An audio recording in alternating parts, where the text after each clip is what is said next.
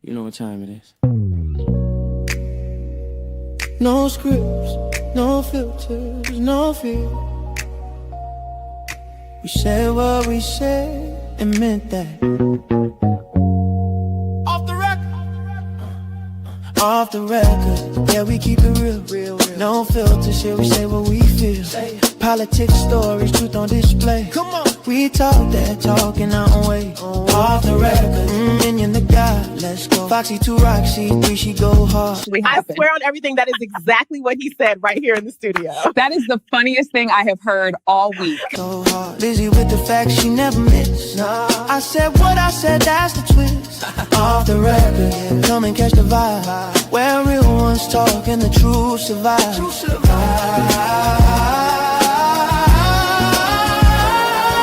Late night truth, we don't just speak. Nah. We pull the roots from what they keep. From pain to progress, we light the flame. No spin, no script, we call it by name. Minion bring the vision, Foxy bring the flame. Lizzie drop a seat, it'll never be the same. Never. I said what I said, say it loud, no shame. We taking truth global, remember the name. No apologies, no disguise. Just soul and purpose in our eyes. We move with power, bold and free. Say it loud, you gon' feel this energy.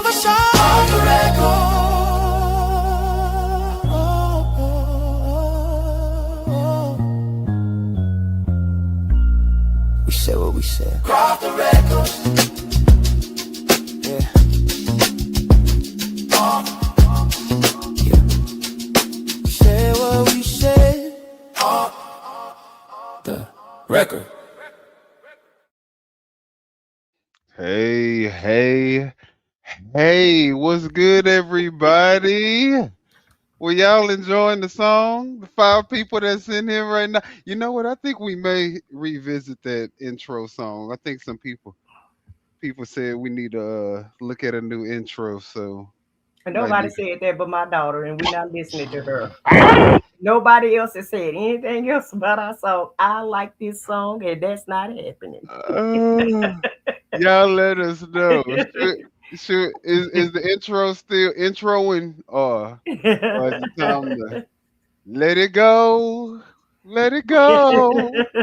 I think I better let it go. Okay. I don't want to let it go. I like this song. What is up, everybody? You got Minion the God. I said what I said. Hey. And of course, y'all are, co-hosts. Y'all are a great co-host. So hit the like button if y'all haven't done so already. Welcome to Off the Record.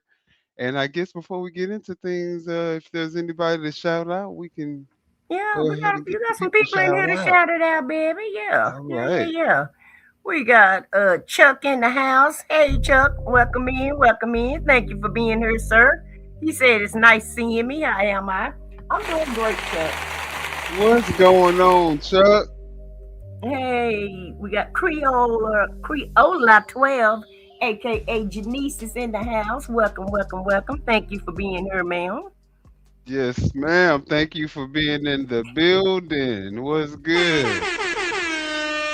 We got Susie in the house. Welcome, aka Sassy Sue. All right, Sassy Sue, what's good? Nice to have you here. I hate that YouTube changed her name because I like that name she had, Sassy Sue. Yeah. We like sassy people around here. That part. All right, guys. Well, this is going to be a long show. We got a lot to discuss. And so I guess we can jump straight into it.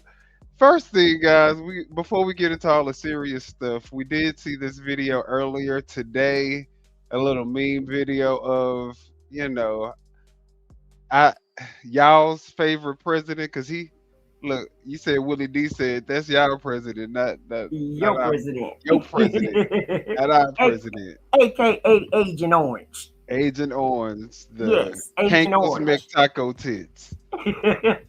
All right, so let's look at the meme video before we get into the.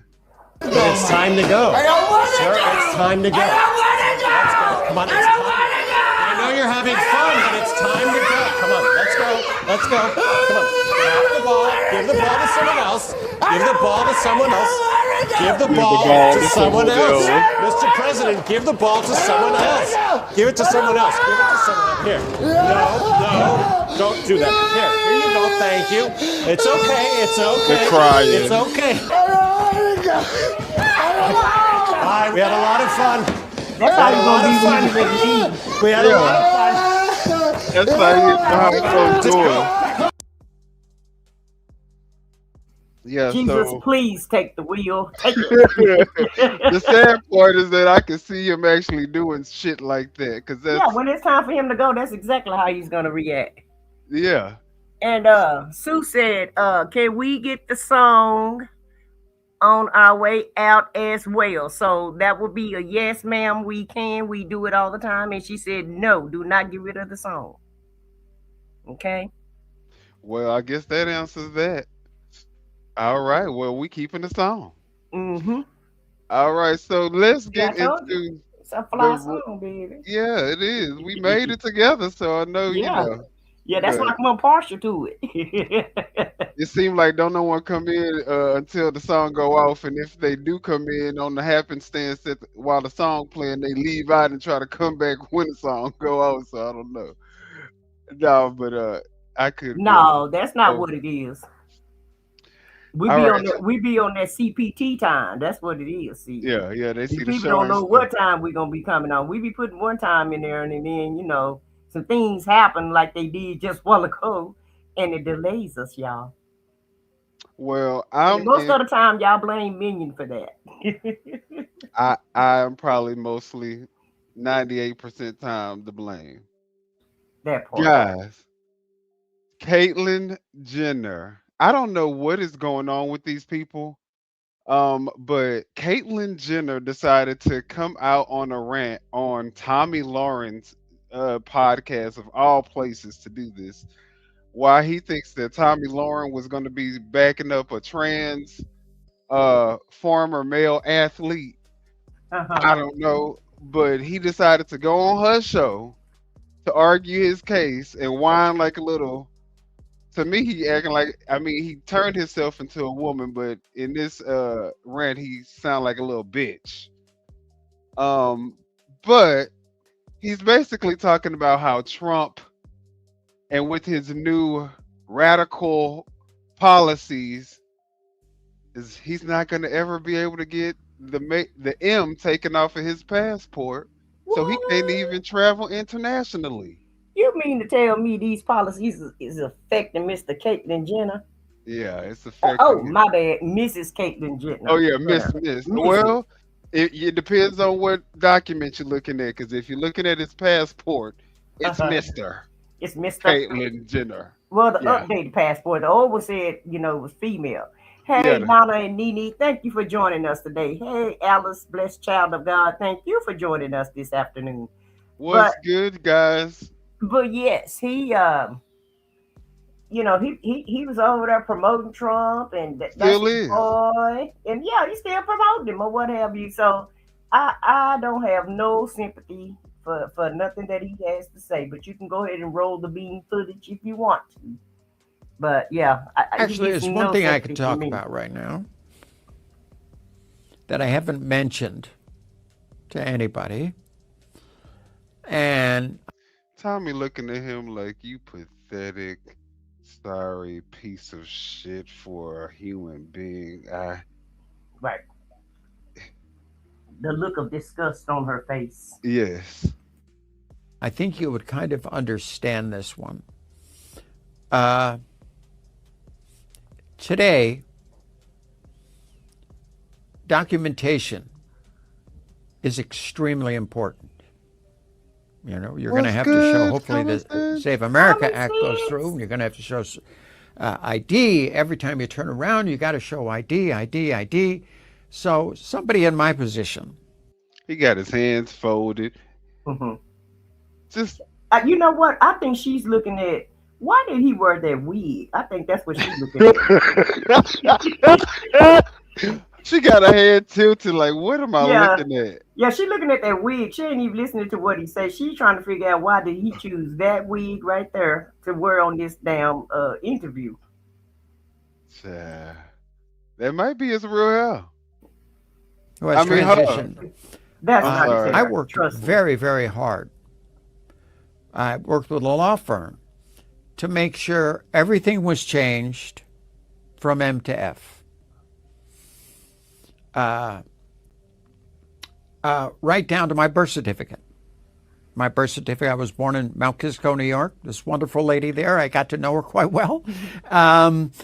They were able to change the gender marker. So even my birth certificate says Caitlyn Marie Jenner. Now this motherfucker. I mean, excuse my, It Yeah. is Sunday. pardon my language, but this person went as far as going to change their birth certificate to That's female. fraud. Ain't that fraud? So if a male was to try to court Caitlyn, Mm-hmm. and the man said, "Well, I want to know if you're a real woman. Let me see your birth certificate."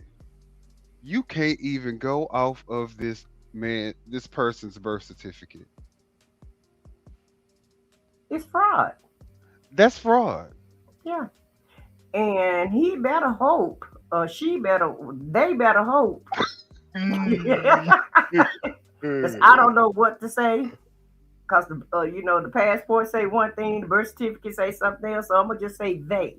They Right. better hope that the SAVE Act don't go into effect. Because guess what? Guess who's not gonna be voting in the next election if the SAVE Act, passed the Senate? All of The her House had rights, already passed it. Huh? all of her rights are going to be removed. Oh. She can't travel. Mm-mm.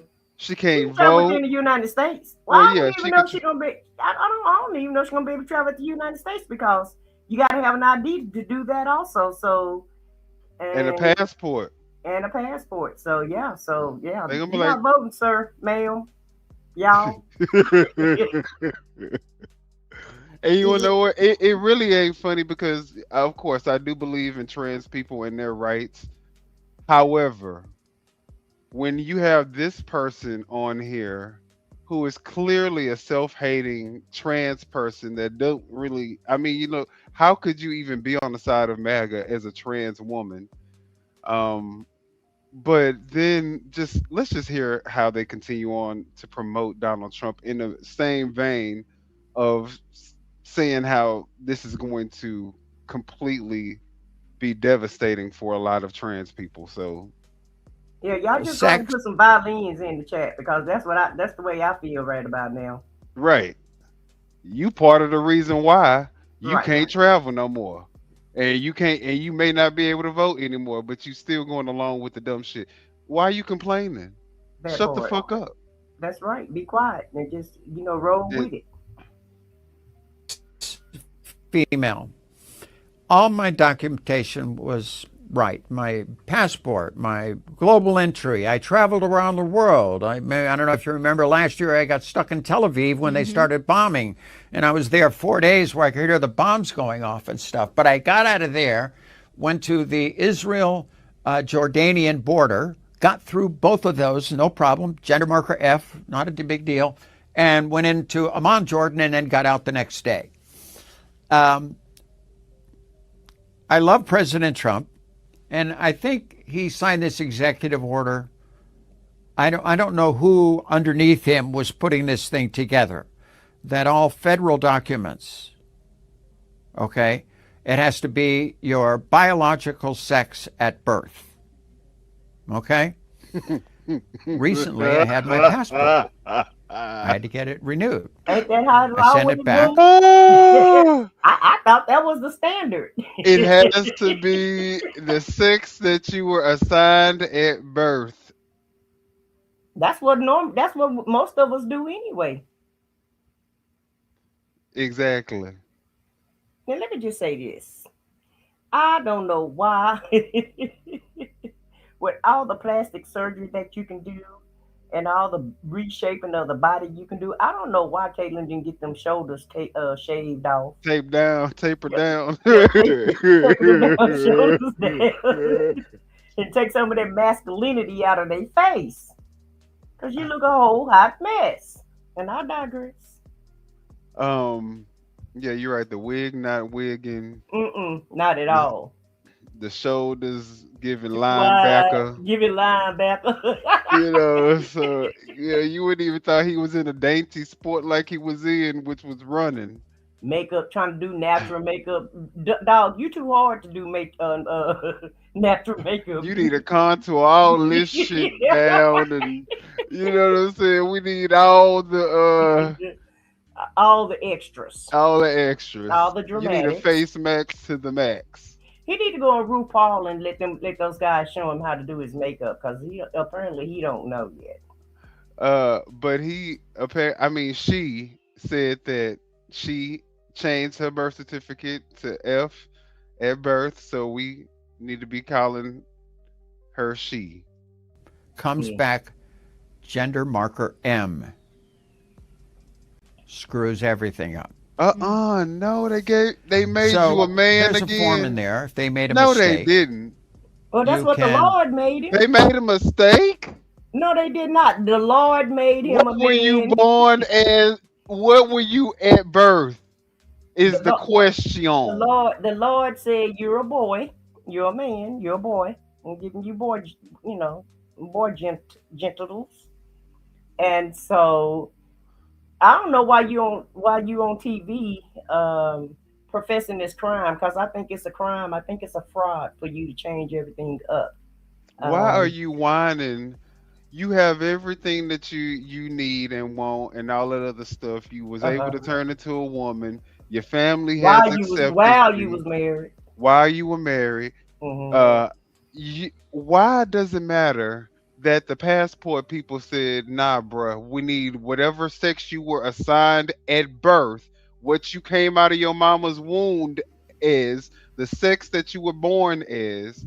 Why is that such a huge deal to where you have to get on this woman who obviously don't give a damn about your plight or your struggle with trying to change your M to an F on your passport? But like, why is this even a conversation? And all she trying to figure out is, why'd you wear that wig up to her show?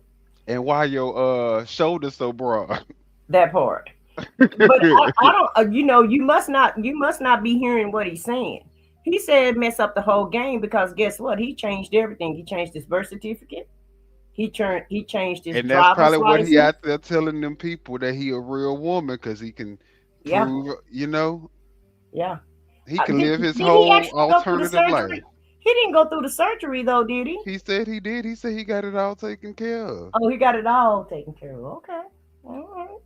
He said he is a full-fledged woman biologically, but on that paper. I beg to differ. It's not biologically, it's mechanically.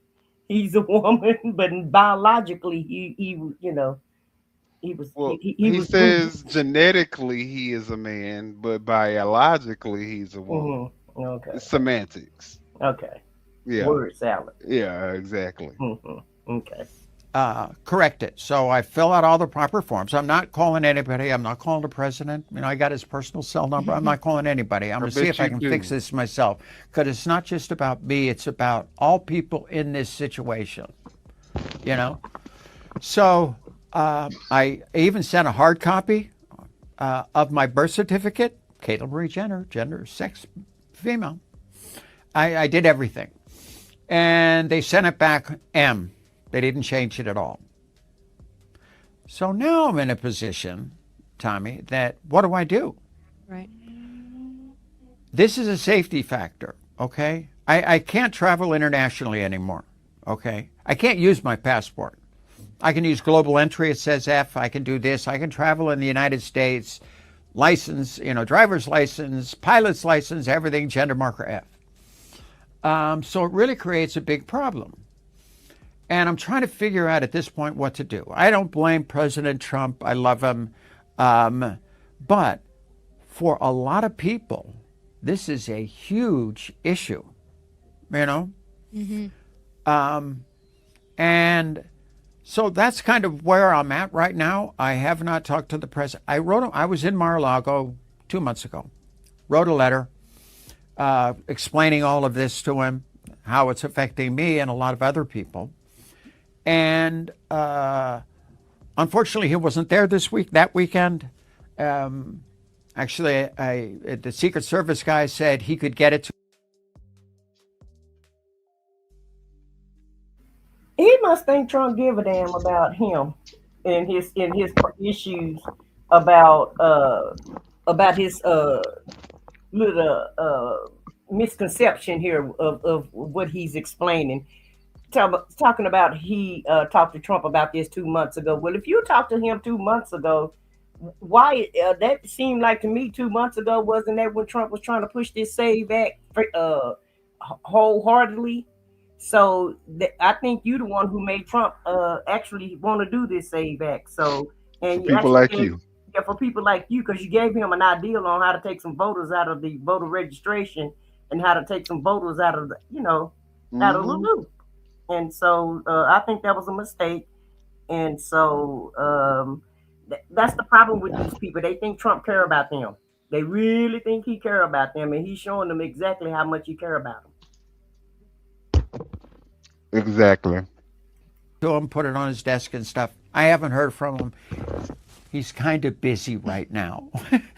My gender marker is not big on the issue. Okay, so I get that, and I'm not blaming him whatsoever. I love the guy, and I love what he's doing. But I'm trying to figure out now what is the next step to try to figure this out. Because as we know, even to vote now, you have to have proper identification, and I don't have that. I don't know what's going to happen because I don't think this was really thought out, what this means, not just for the males to females, because 49% of trans people are female to male. Okay? Now, that transition is much easier, and they don't, it's testosterone, a very strong drug. And they get on that, and honestly, within 6-9 months, you wouldn't recognize the person. They grow a beard, they start going to the gym, they work out, and all these trans guys are out there. So you're telling me now all these trans guys are going to have, passports with gender marker F on them? It's just... Stop acting like you give a damn about some trans. And I don't know what the solution is yet. And unfortunately, I haven't had a chance to talk to the president about it. But this is a big issue. This is a big issue. And we've also had, Tommy, we went so far to the left on this issue for the last 30 years. Now, unfortunately, I don't think I helped it at all. Okay. When I came out, in 15, I brought this issue forward, but I had nothing but good in my heart. I thought I could, this is a very marginalized group of people that I've been dealing with this issue since I was a little kid, and maybe I can make a difference. Hey, but unfortunately, the left kind of took my issue. Okay? And for the first couple of years, I'm going, well, this is actually kind of interesting. We certainly have brought it forward and on and on and on. But then I'm watching how the left now is using it to advance their issues. To be honest with you, about 3 years ago, maybe 3 years.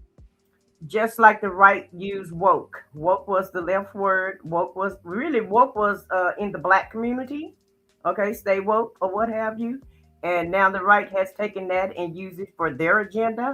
So don't tell us about who's taking what. You were the biggest cheerleader when it came to trans rights, but then you go and vote against your own interests. So, Nobody Look, the feels right sorry has for you. taken a lot of stuff from the black people, and we're gonna talk about it a little bit later on in this show because the most racist administration Mm-hmm. is out here quoting black people. So, we're gonna talk about it. But yeah, Okay. you sure right about that. To go. They always Go ahead. They no, always I'm talking what? about they always stealing black culture. Yeah. But for him to be on here, I mean, I don't understand what you're on here crying about. You voted for all of this. So why are you crying? That's the exact point I'm trying to make.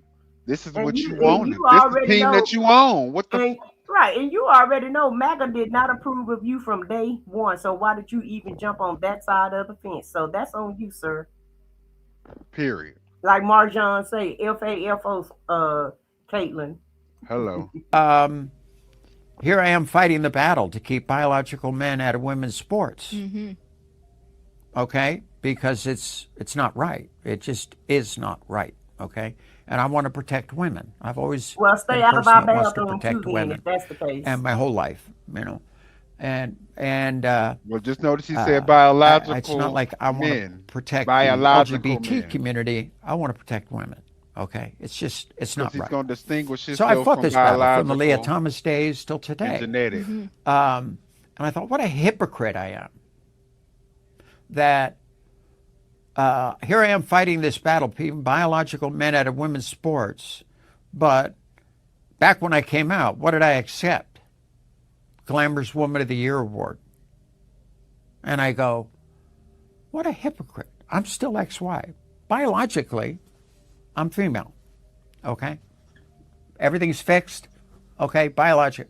But genetically, I'm still XY. Okay? There's nothing I can do You about see that. how he tried to make that And I'm distinction? fine with it. I'm just glad that I can wake up Right. in the morning and just be myself. You know? Mm-hmm. And my kids are fine with it. Everybody around me is fine with it. And be myself. So I have no regrets about what I did. But I started thinking, what a hypocrite I am. Mm-hmm. Trying to keep biological men out of women's sports, but I'm a biological man, and they gave me Glamorous Woman of the Year award. I'm glad you came to Interesting, that Tommy. conclusion. You would appreciate this. Right, Alice. Where's that jacket? I You just don't put a care. tweet out You- on it, and it got like no play. I thought, wait, the phone's going to start ringing. Got no play. Why? Because it's not the left's agenda. Okay, then I would give that thing up. So I see what's happening right now is we have gone so far to the left for so long. Now we have a president in there. We have a different administration. Now we're going too far to the right, with gender markers, with this. I've even heard you say, Tommy, we got to keep biological men out of the women's bathrooms, okay?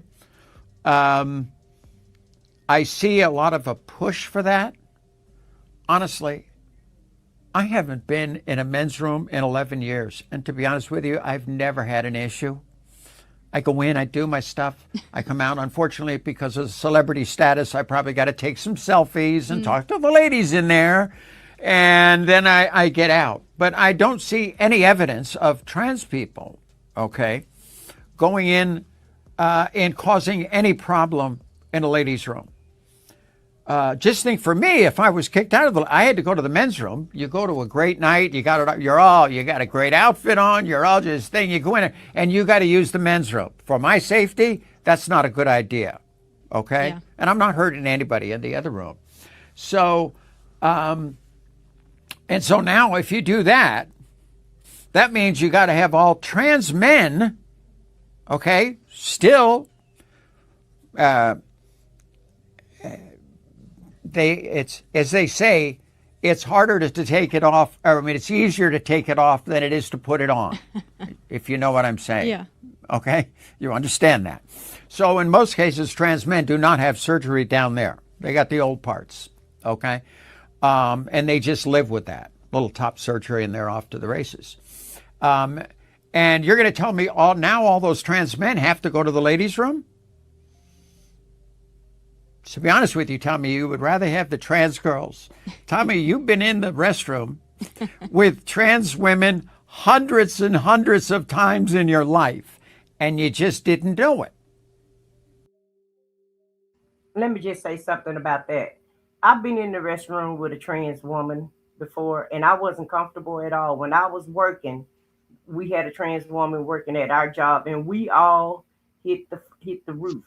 And we don't know if that person had surgery or not, because she actually looked worse than her wig was worse than Bruce's wig.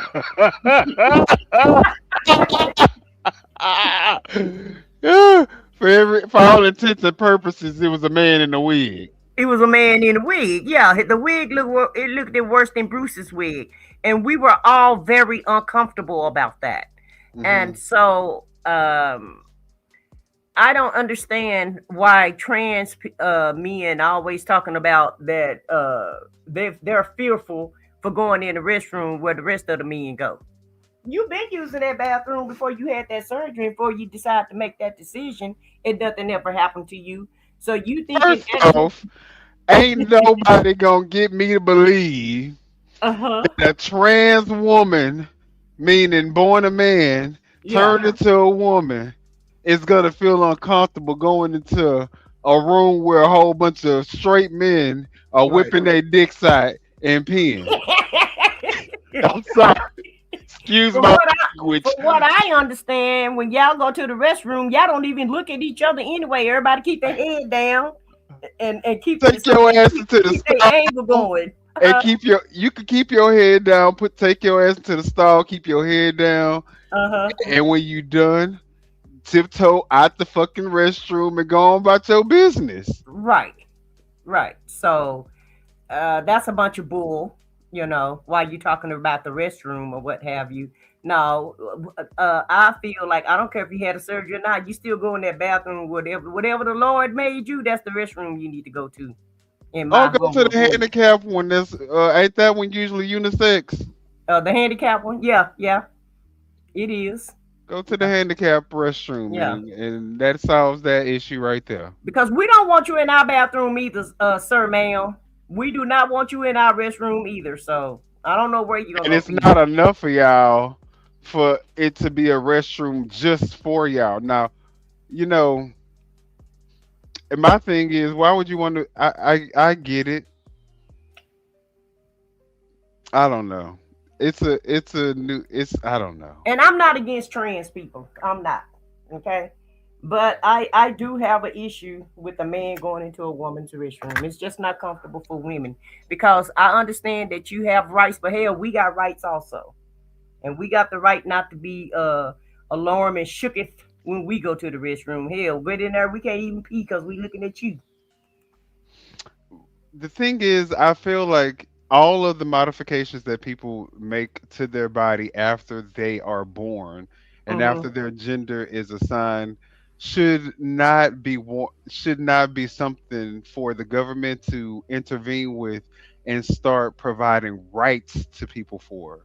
Exactly. Now, it's one thing for your sexual orientation, gay, straight, bisexual. It's one thing to say, okay, same sex people who like the same sex, they should have the ability to get a civil union and enjoy some of the the rights or privileges that married people would get. I'm okay with that. But when you start saying, okay, now, being gay is one thing. You can argue whether or not, it's something that you're born with, or, I'm pretty sure it is something that you're born with. So I can see that people would make that accommodation. But when you start saying, okay, now I'm going to start playing with my body like it's a fucking avatar in a game of Sims or something, like, you can just add. Like, no, you don't just get to change your actual gender just because you feel like it in that moment. And then everybody has to recognize that. Right. And you get inherent rights for now identifying yourself as a woman. It's just, I mean, I feel like if you want to experiment with your body and do things like that, that's all your decision to make. No one else has to, deal with the consequences of that. But All right. don't make that something that we But all have to yeah, don't participate push that in. off. Don't push that off on us Right. because we didn't Exactly. ask for that. Exactly. And at the end of the day, you worried about your comfortability. What about us being comfortable when we go to the restroom? Because I'm telling you, it is not a comfortable feeling knowing that a whole man is in the restroom with you. I don't care if you are trans or what have you. If you came in here as a man, as a There are some woman, sick it is individuals it is out not there. a it is not comfortable for a regular female woman to be in the restroom with a trans man. So, Well, let me you know, say this. It depends on if you are passable. I feel like if you are passable, because you have some sick people and out there. he ain't cutting the mustard. He is not passable. And so if you are passable, by all means, do not go to a male's restroom if you look like a full female, because I feel like that is putting yourself in danger. But if you look like a full on man, you got a 5 o'clock shadow and a dress on, and now people have to recognize you as a female, Right. then nah, we're not playing those type of games. Yeah. Don't push that off on us just because that's what you want to do. So, but now Caitlyn Jenner, to be honest, because I have seen women that do look this strong, I would say that Caitlyn should go to a woman's restroom. What you think? Say that one more time. I would say Caitlyn should be in a woman's restroom. No. Caitlyn looked like Bruce. No. Hell no. Look like no damn Caitlyn to me. Look like Bruce all day long. Look like But Bruce. what I'm She look saying like when I BJ say Bruce Jenner. when I say that, I'm saying that it is clear that this person took it like they took this serious enough to get surgeries and really change their like appearance. And to me, when you start really committing in that level, then yeah, I don't care. I'm pretty sure you're not doing this because I feel like there's straight men who will put a wig on and call themselves a trans woman just to be able to go into a woman's restroom. But if you commit like this, then I feel like I'm sorry. Caitlyn need to go back to the damn drawing board because she don't look like no woman. And no, I do not want her in the restroom with me. ah, I don't care what you say. That is not a woman, okay? it Nothing says ain't nothing womanish at all about this person that I'm looking at. Nothing. This is still BJ Bruce Jenner, in my opinion. he do look like the same The person that same Bruce that was before. married to Kim Kardashian Yeah, mama. What was yeah. her name? Chris Jenner. Chris Kardashian husband. He Okay. definitely looks exactly the same that he looked The one that before ran, he the one that transitioned. won the Olympics in the 70s. Okay, that's what I'm looking at. And at the end of the day, absolutely right, And Alice. he don't even change his damn voice. Right, Like his and just voice is the same and everything. yeah, you didn't change your voice box. You're not nothing about you says femininity to me.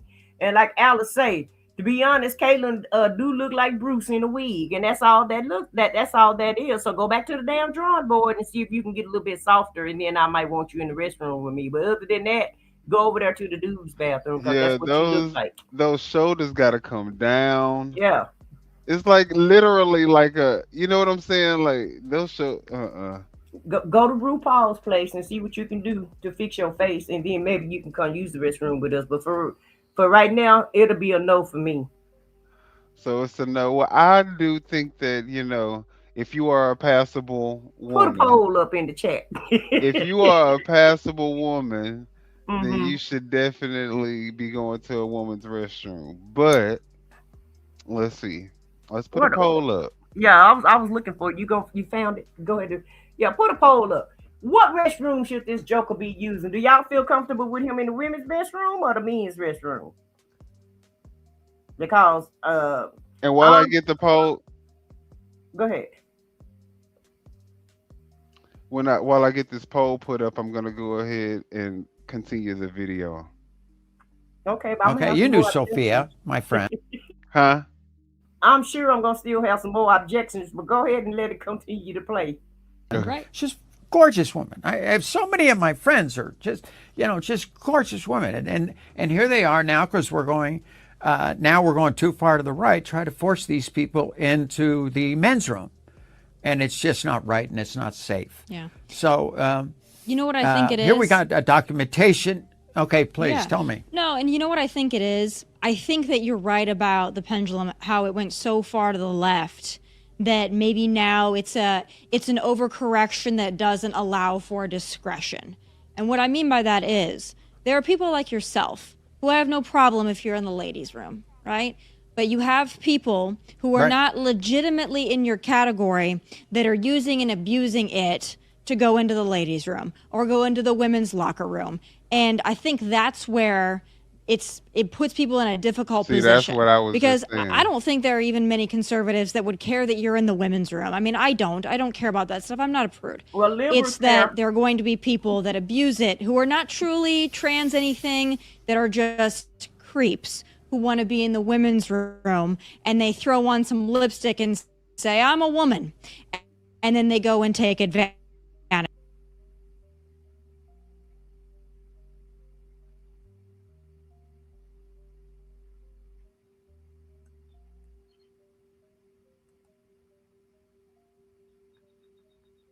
What happened? Are you still there, Minion? Well, I agree. First of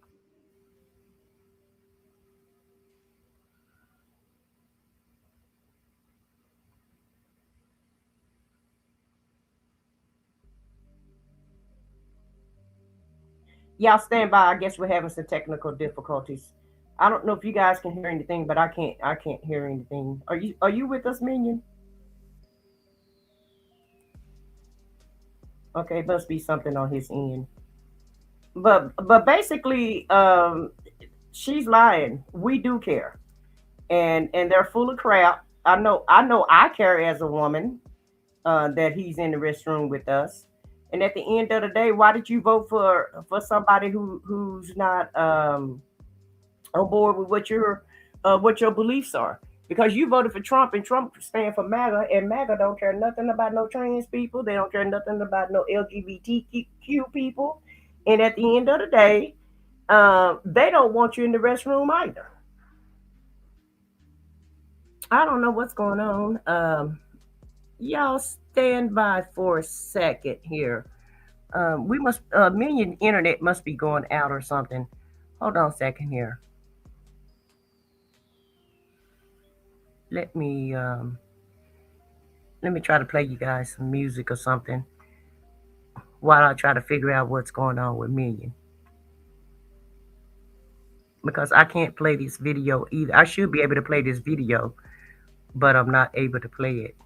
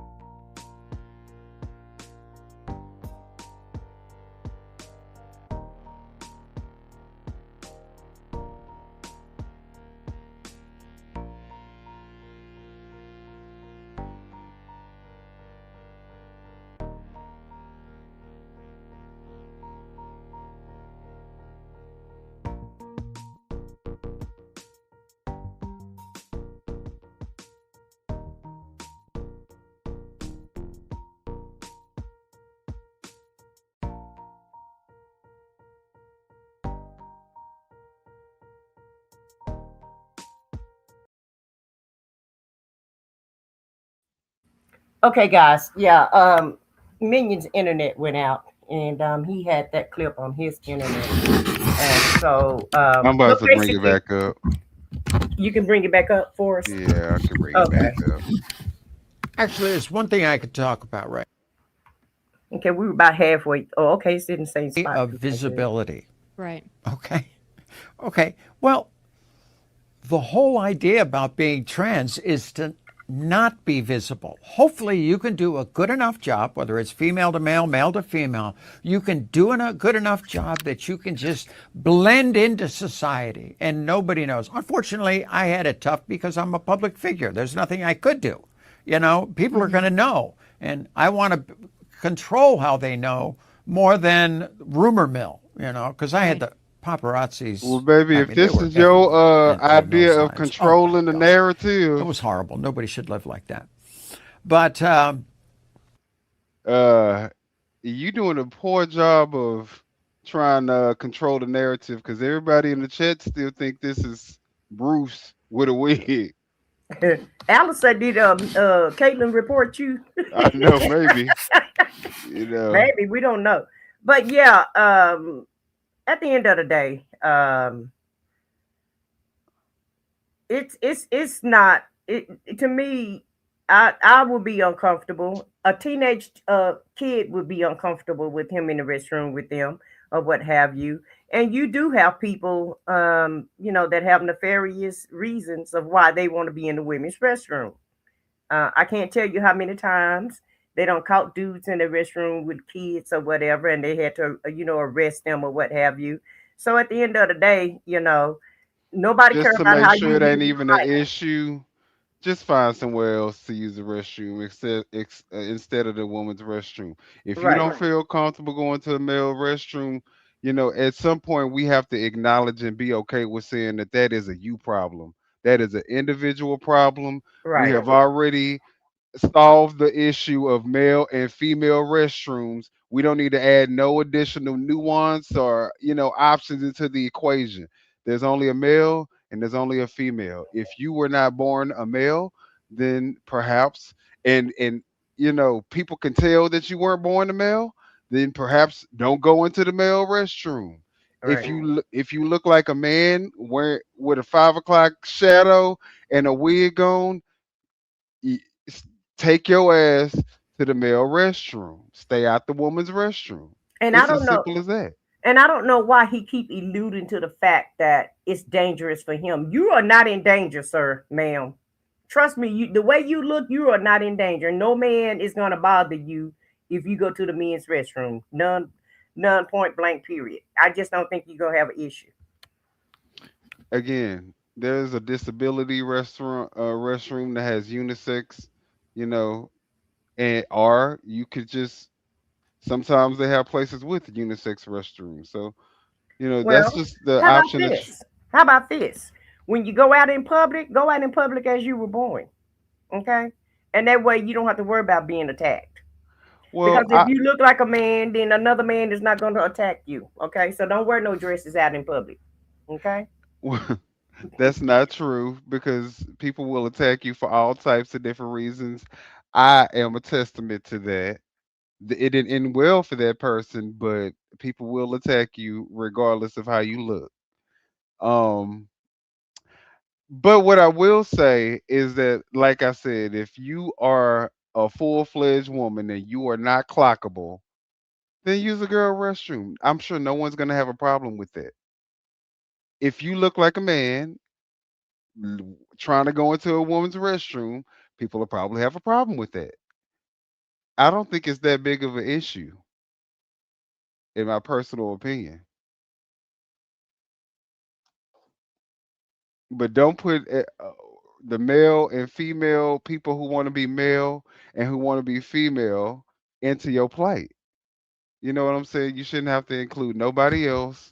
You shouldn't Exactly. have to make anybody else feel uncomfortable for your comfortability. That doesn't even make sense. And then, you're making the women and the men feel comfortable uncomfortable. That's crazy. All right. I guarantee you the women feel uncomfortable if he's in that restroom. The restrooms he go into, they all probably look like Caitlyn Jenner. They all pumped with all types of plastic. They probably got more fake uh material inside of their body than they have natural material inside of their body. So I'm pretty sure the people that restrooms who he going into, they don't care. Anyway, And they all probably vile, despicable people too. So Right. so it's we're all in a transition period here. I hope nothing but the best for anybody who's suffering from gender dysphoria. It is a very difficult thing to deal with, but truly, trans people, it's only about, I've read, about 0.1% of the population that are truly gender dysphoric, and they're out there, young kids, who are 5 years old. Said, you keep calling me, a boy, I'm a girl, or you keep calling me a girl, but I'm a boy. Come on, Mom.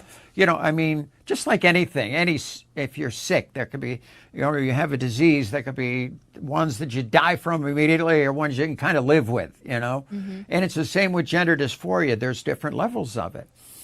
And I would like these kids to have the opportunity to be able to do with what they need to do. It's between the parents, the doctor, and the child, okay? Not government.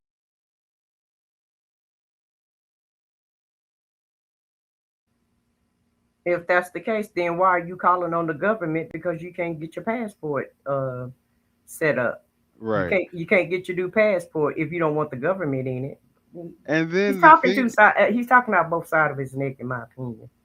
we have Jake Jacobs who says it's not an issue. Would you like your teenage kid to go into the bathroom with this guy? Well, I would imagine that if you had a teenage kid and they were in the bathroom with Caitlyn Jenner, that you guys would probably be at some type of gross elite event and y'all wouldn't give a damn. That's my opinion. I don't think that regular girls are being found in the bathroom with Caitlyn Jenner. I don't think that's an issue. I think that's a hypothetical that you're blowing out of proportion. But did you hear the percentage of people that's actually trans and going through the, what do you call it, body dysphoria or whatever he was talking about? Yeah, About less than trans, 1%. yeah, less than 0.1%. So you want the whole world to change for 5 people in the world, Right. okay? Exactly. Basically.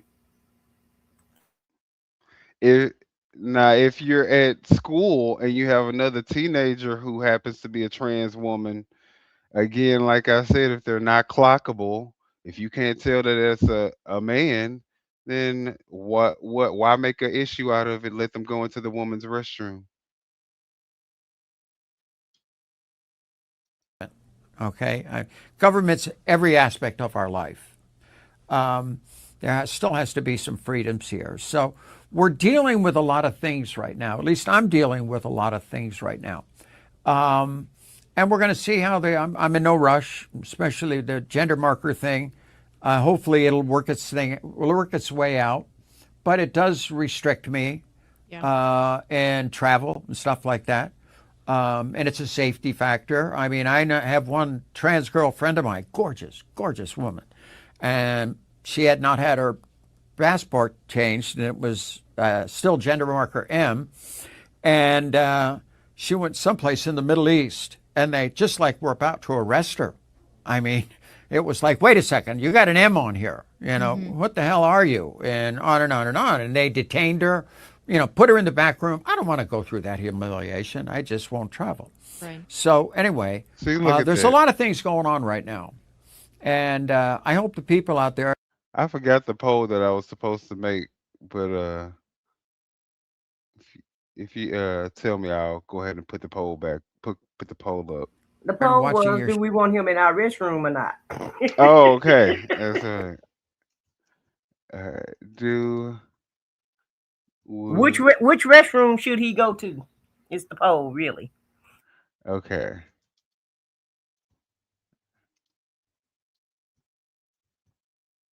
Show All they right. can understand that I agree we went too far to the left. And I agree that women's bathrooms, yes, some trans people in it, but it's very rare, will abuse it. We deal with that on an individual basis. If that is the case and the women's complain, just like they did in University of Wyoming. Remember that case where all the girls, Yep. they had this 6'4" kind of trans person out there, and they filed suit and they did what they had to do to take care of that incident. You know, there's not one big law that you can change that's going to make it better for everybody. You have to deal with those on an individual basis, you know. So, you know, but we also have, you know, gender dysphoria is real. It's part of humanity. It's been around for a long time. Well, I appreciate you sharing all that Okay. with me. She don't care about none of that. Yeah, Jimmy it's. said. I haven't talked about it about anything with anybody besides lawyers, stuff like that. But and it's not against, especially the, you know, my passport. I just think it was just not thought out well.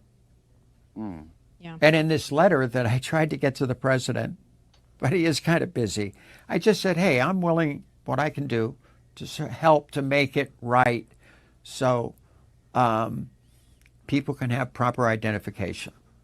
Yeah, and unfortunately, he's kind of busy right now. And this issue's not going Why away. you keep We'll saying deal Trump with it at a busy? later Trump date. is not that busy. Well, I appreciate you being so honest about it. And, you know, I know the president is a good guy, and I know that he cares deeply about people. And I know that you are friends with him, and I'm sure that he will be a patient ear when you discuss this with him. Because, like anything, I don't think anybody, I would hope, on either side wants to be mean to anybody or wants to lack compassion or understanding for people's particular issues, because that's the thing. It's unfortunately, it feels like we're in two camps and it's like black or white. There's a lot of gray area. And I think that you're the perfect person to bring that forward, because I know that you're a conservative. I know you're a Republican. I know that you defend women's sports. I know that you defend fairness. So if there's anybody I think who has authority to talk about it, I think it's you. So I appreciate you sharing that with me, and I'm sure the president is going to appreciate it as well. Child, this was a load of garbage. Right. And the president is not that busy. His ass tweeted 33 tweets in 1 hour this morning. So he's not that busy where he can't take your call, Bruce. He don't want to take your call. Yeah, And it's not gonna happen. right. He don't give a damn. Hey, Victor DeVale. He could care less about you, sir, ma'am, whatever it is that you call Right. yourself these days. Well, But and why travel to another country, especially an Arab country, and you know that they, that they're against that. So why would you take your butt over there? mm, is he gonna be stuck in the United States for a little while though? It seems like Yeah, he's gonna he be just stuck. he can't go overseas or what have you, because at the end of the day, his birth certificate and his driver's license says female, but that passport says males. Everything got to match up, just like when you go vote and they doing that Right. voter ID and they got to match up. That's got to match up also, especially internationally. Well, we And I gonna don't know figure if you out ever traveled internationally or not, but customs is no joke at all. everything. I'm sure has to match up. That's what he was saying though. So Yeah. we know that he's not gonna be able to travel internationally if he can't get this passport issue resolved. So we know that for sure. But Ryan said he loved that for Bruce Jenner. I do too, Ryan. it's probably best that he stay at home anyway. Yeah, it's best for He'll anybody to stay at home right he is now. literally Right now is not the time to travel internationally. But But he's the literal definition of a freak because he has conservative views. The people obviously in the conservative party don't agree with him or like him or accept him. And I mean, he looks exactly like the, calendar person for the Democratic Party because, hmm so it's like he's a freak of no, he nature. said the left just keep going too far. The left went too far. The left went too far, and the Just left like is the that part went too far back to your head right. because But the left is the reason why you're able to live like you're trying to live right now. But they exactly. went too far though. It's the demonization of the left for me. And now I guess the right is going too far. Everybody going too far. Nobody is taking him into consideration. How did they go too far when you got your birth certificate with a change from Right. M to F? That, that Like part. you're the person that's going too far.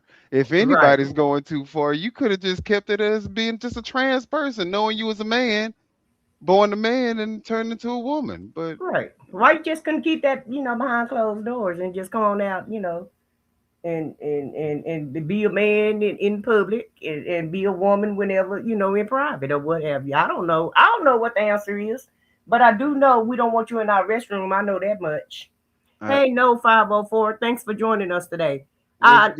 know we don't want you in our restroom. I know that much. And like Marjan said and Alice said, voice voting has consequences.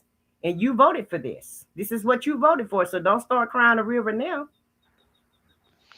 I think. I mean, whether I will say this, whether or not, because Calvin says that, these places do have doors in the stalls, right, that you can close and lock so you can do your business and have your privacy, which that is one thing. And I do agree with that. I mean, Mm-hmm. everybody should teach their kids not to mingle with strangers in the fucking public bathroom, regardless if it's a woman or otherwise. But I do think that at the same time, a man dressed up as a woman should not be allowed to go into a woman's restroom. Just like a woman that looks like a woman with a big baggy shirt on, but you have big boobs and shouldn't be going into the male's Exactly. restroom. Should I It's wholeheartedly agree. it's on both sides. But if you are unclockable and nobody would be able to know the difference, unless really examining you.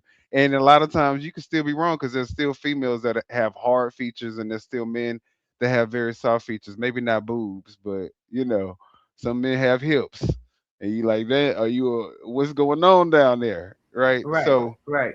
I mean, if it's something where it's not an obvious and uncomfortable, distinction, where you're But like, see, that's where that's the part that I don't think that you understand. See, he think or she thinks she cute. She think she don't know that she look like a man still. See, because she been looking like this for the last decade. So apparently she okay with this look, and she actually think this look is the lick. yeah, yeah. She thinks she she the looks maxed it out. She thinks yeah, that she is just the whole yeah. what all the women is aspiring to be at this point. Yeah, she looking like Miss Damn Doubtfire or somebody. She Miss Doubtfire looks better than this. said y'all want to be her after all the work she done got done. Yeah, She and then you see how she casually threw in the fact that she won the most glamorous woman award. right. You know, but that was y'all.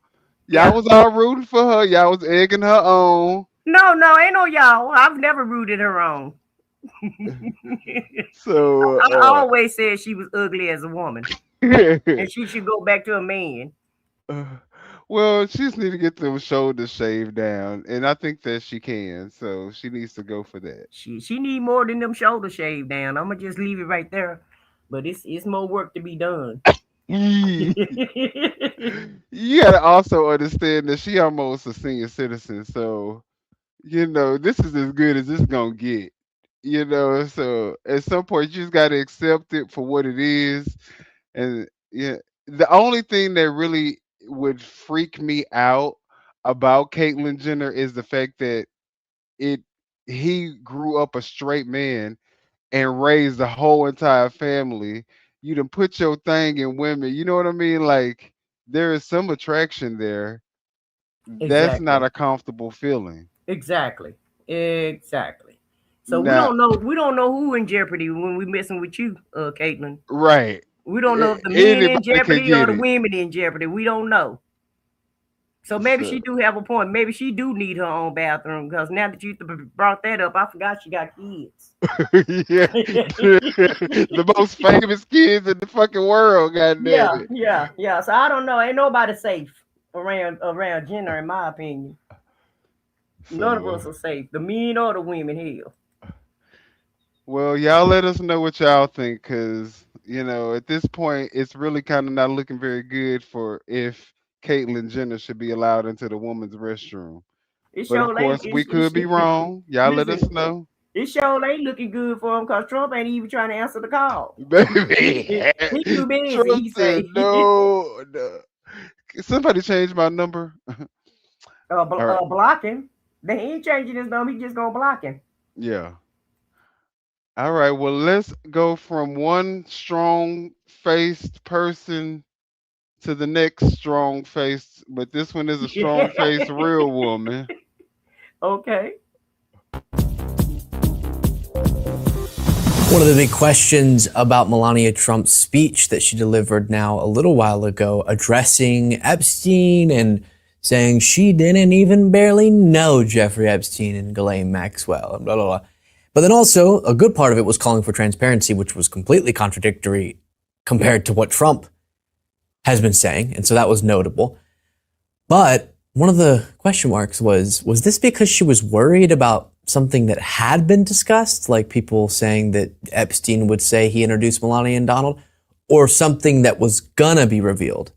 And now you have the gonna be revealed question mark getting potentially some of the details filled in and some revelations that are huge. We're going to get to that, but just because I referenced it for some background, Melania just recently came out and out of the blue wanted to address anytime people put her in the same sentence as being in that social circle or friends with Ghislaine or Jeffrey, that's just not right. I never been friends with Epstein. Donald and I were invited to the same parties as Epstein from time to time, since overlapping in social circles is common in New York City. In New York City, But look, Donald but and look, I was in the same common places. but you see, she got kind of a thick neck. She got the droopy chin. I mean, her and Caitlyn Jenner aren't too far off. Granted, her shoulders ain't that way up here, but you know. Nah, I ain't going with that one. Melania look way better than Caitlyn Jenner. Hell no. Although I ain't buying that one, Midley. her She can't. shoulders ain't up to her mouth yet, but And she got a female voice. Okay, Caitlyn didn't even get his voice box missed. oh yeah, Worked yeah, on. you're right. He You're should have got right. that. He should have got that voice box taken care of, and then maybe we would have considered. But You're right. you sound And like Palm Beach. To be clear, I never had a relationship with Epstein or his accomplice, Maxwell. My email reply to Maxwell cannot be categorized as anything more than casual correspondence. So while she did say that the survivors should be able to tell their stories and there should be further investigation, and she claimed there were more accomplices, stuff like that is just a distortion. No, your email was not just acquaintances. You said, hey, G, and you knew where she was flying. You're like, oh, I wish I could see you. And oh, you looked so great in this reporting. And then she responds, hey, sweet pea, blah, blah, blah, I miss you. I want to see you. That's way more than acquaintances, but we already addressed that. The big stuff is what's coming out now. You have the Miami Herald saying ex-model arrested by Aventura police and deported causes White House stir. Here you have Amanda Ungaro, and at the time, her partner, Paolo Zampoli, who was, from her telling, abusive and creepy.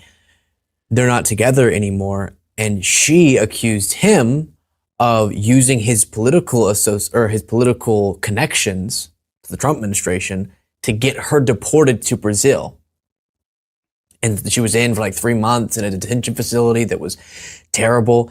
And she is now saying she's going to take down the whole corrupt system, being the Trump administration or beyond, and tagging Melania specifically. Those posts then got deleted, but then she did do an interview. I'm going to show you details from that in a second, but you can first just see, to confirm the level of friendship here, how much the Trump couple and then Zempoli and Ungaro worked in the administration too. You can see here another photo, just how close they were. And I think the detail you're going to hear in one report is that Zempoli had a seat at the table with the Trumps, the inauguration, and then worked in the administration. Very close. And during the time at issue, present in these social circles. Former diplomat in the first Trump administration came to the attention of the police in April 2024. Authorities received an anonymous tip that Ungaro and her husband, a Brazilian plastic surgeon, were conducting cosmetic procedures without a license at their wellness center. And so she then accused Zempoli of being that tip and then using his connections to get her deported. Now she's fighting back. So this is the first thing I'll read you.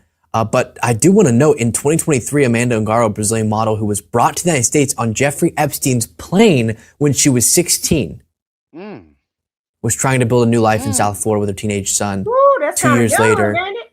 Ungaro was bound in handcuffs and thrown into an immigration. And then now she just so happens to be one of the women that was brought from through Epstein at 16, ended up being with this old perverted looking man, and in the same social circles as Melania Trump. I'm gonna start calling them the sugar baby crowd. But wow, how else would you have met Donald Trump? How did y'all end up in the same social circles? Because it looked like the only way that this woman, this foreign model, ended up in the same social circles as these men is through Epstein. So I'm trying to figure out how you ended up in the same social circles. Her and Donald were in the same circles, is what she says. Detention center, Miami-Dade. Circles. But, Exactly. you know, she came over as a model, quote unquote. Yeah. And we know what modeling do. We know all about modeling. There's a spectrum. As a spectrum, yeah. And when you had that picture of her and Donald Trump actually look alike. Melania and Donna on those pictures, on that picture that Luke had up, that shit, her and Donald look like they brothers and sisters. That's disgusting. Hey, Lady T-Bud, thanks for joining us. What's up, Lady tonight. T-Bud? And so it was 2023, trying to build a better life. But then the note I wanted you to remember was that Jeffrey Epstein plane when she was 16. And then now writing, I will tear down your corrupt system, tagging Melania. Even if it's the last thing I do in my life, I will go all the way. I'm not afraid. Maybe you should be afraid of what I know of who you are and who your husband is. She threatened legal action against the First Lady and your pedophile husband. And then to Pam Bondi said, do you fully understand the information I possess regarding you and the individuals associated with you? I strongly advise you to consider the seriousness of these matters. Any action taken against me or attempts to escalate the situation could have significant legal consequences.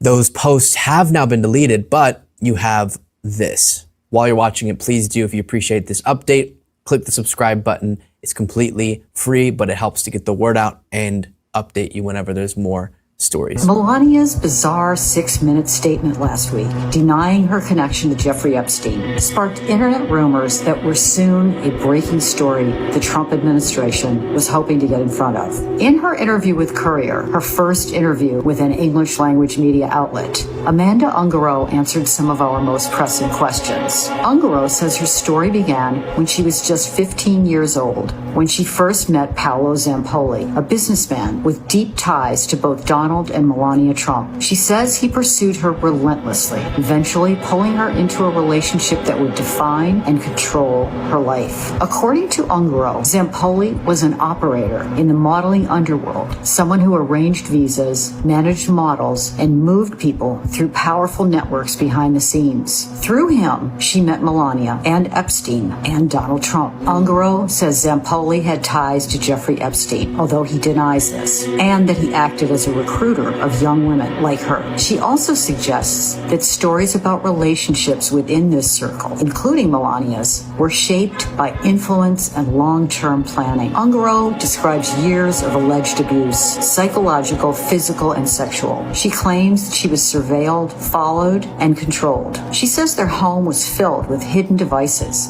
and that her life became something closer to captivity than partnership. In public, she was close to the most powerful people in America. Zampoli was so tight with Trump that the couple sat at the Trump table at both inaugurations and spent. Now, don't that sound familiar? Captivity? AB, abuse? Don't that sound just like Epstein Island? That's the Epstein class. It's not just him.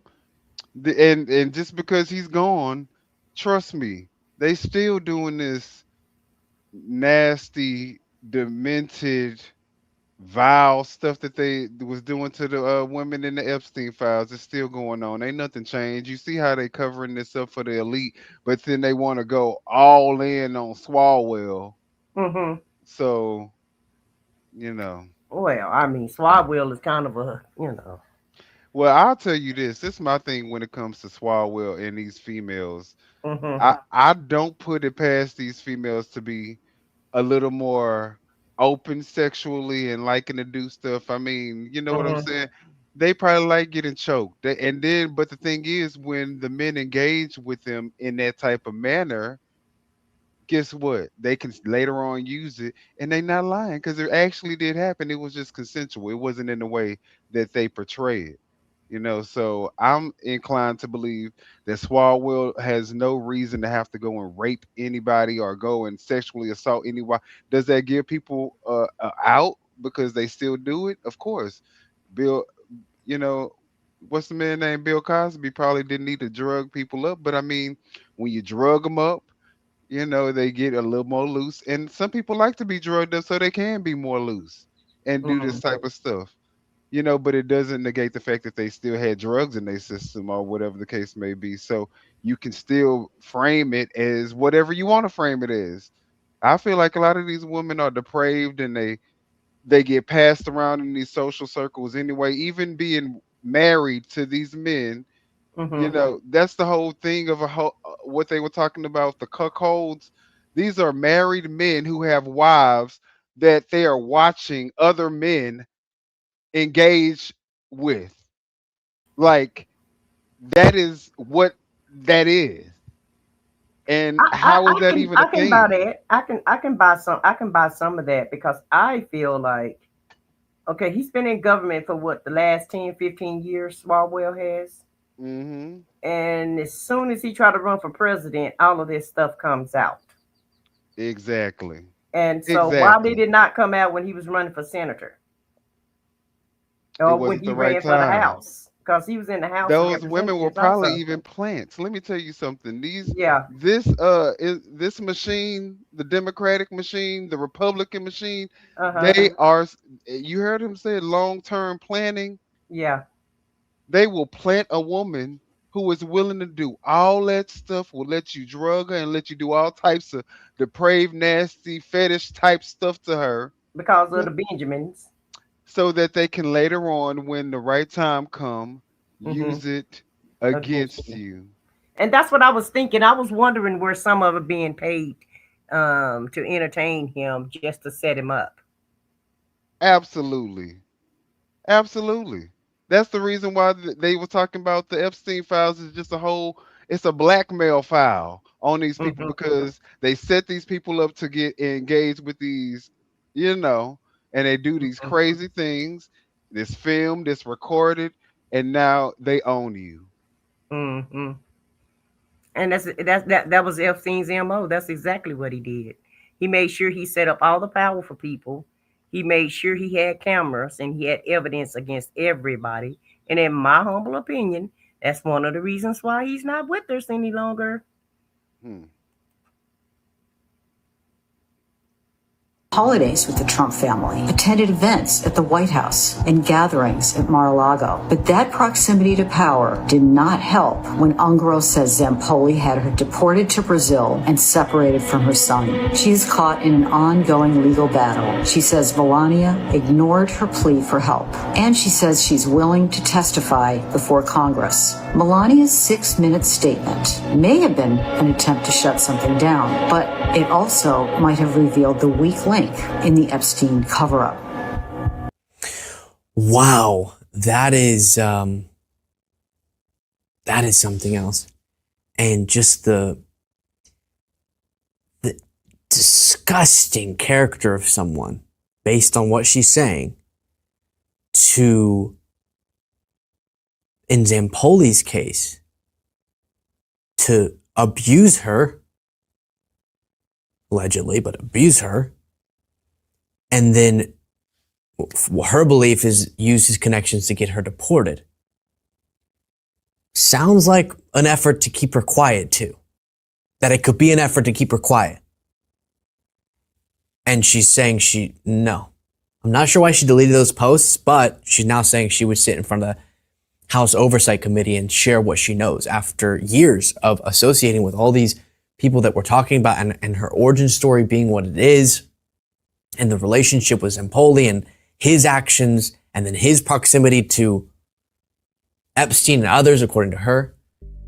And then the inhumanity of Melania to not step in. Your former friend is having supposedly his bitter ex try to get him deported after being horrendous to her, and you won't step in to try to help her not get deported. Really disturbing stuff, and I hope she is able to tell her story. I hope she is able to tell her story in front of the House Oversight Committee and wherever else, and I'm glad that this was one of the first interviews she's done outlining some of it. But if Melania's attempt was to get people to shut up by giving this speech, it's not working, obviously.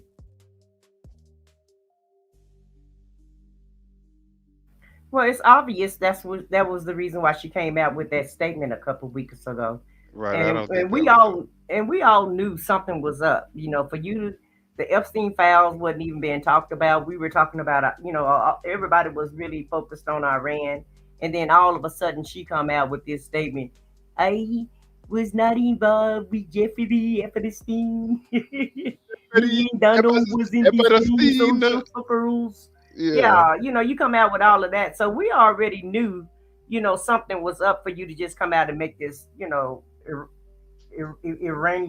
erroneous statement, and it just comes out of nowhere, And so it's disgusting how they deported this lady just so that this man could get the child, because that's involved also.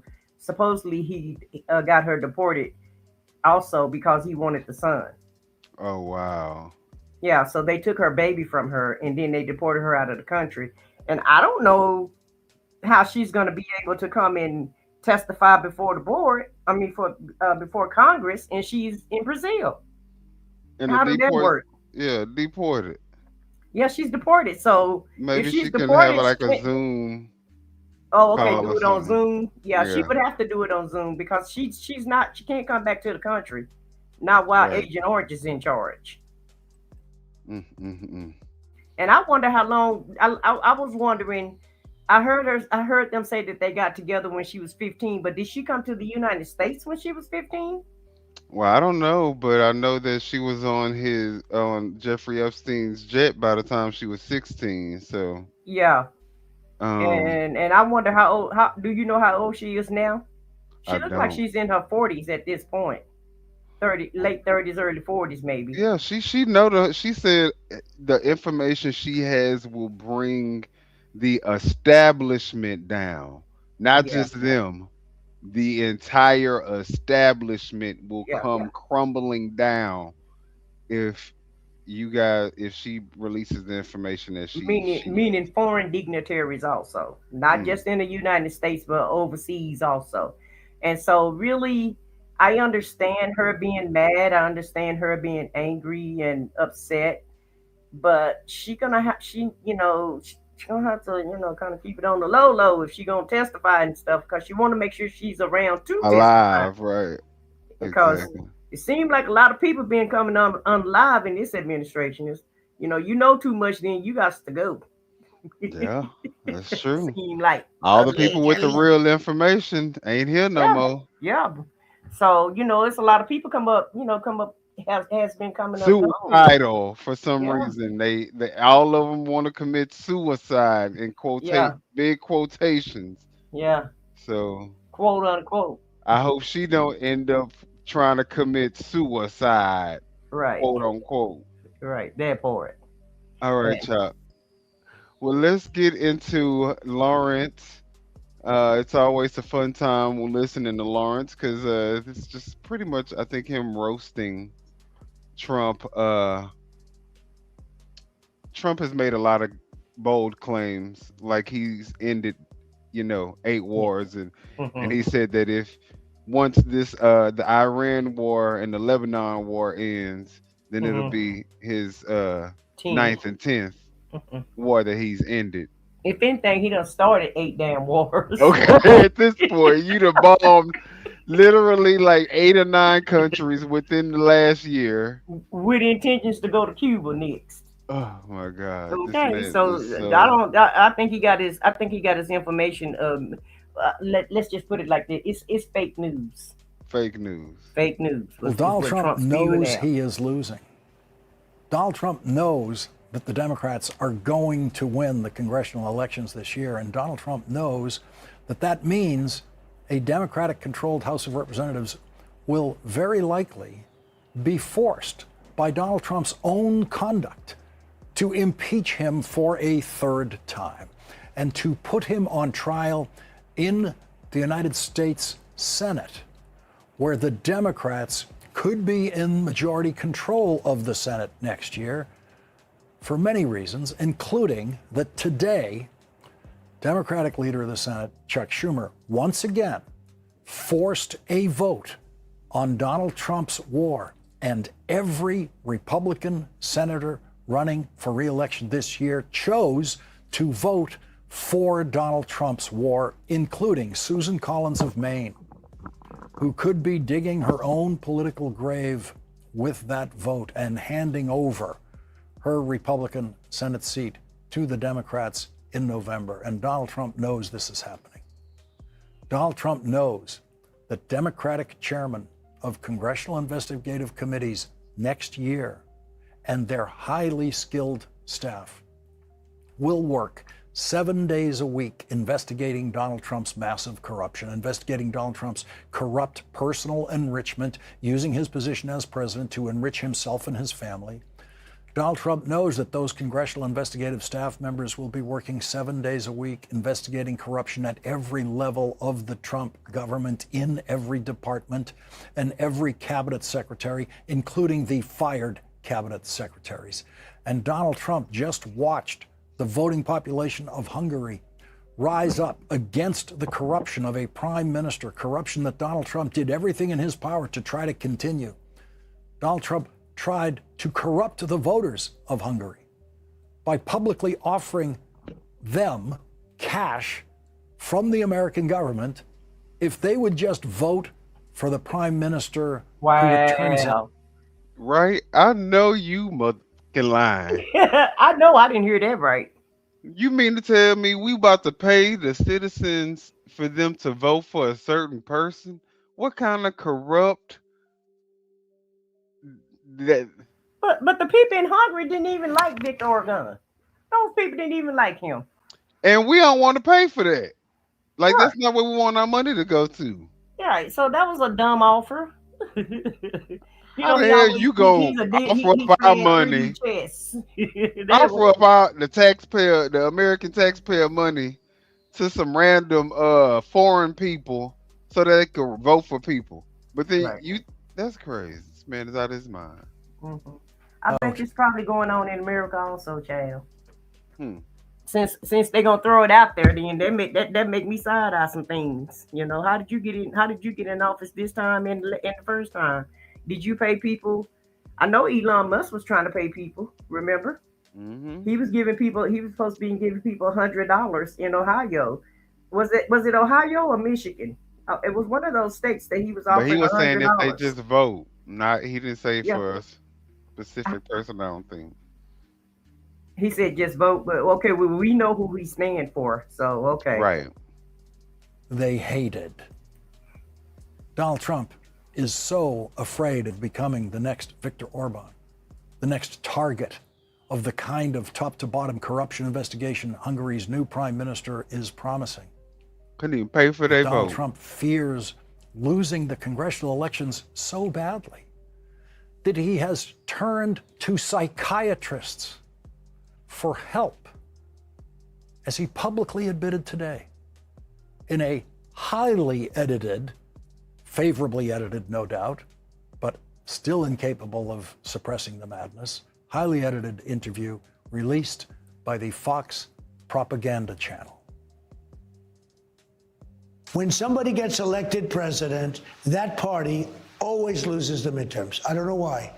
I don't know why. Nobody can explain it. I ask people that are deep into the psychological world, I said, why is it that a voter votes for the opposite party? Probably because that stock market's going down instead of up. That's why they're going to vote you out. People that are deep into the psychological world.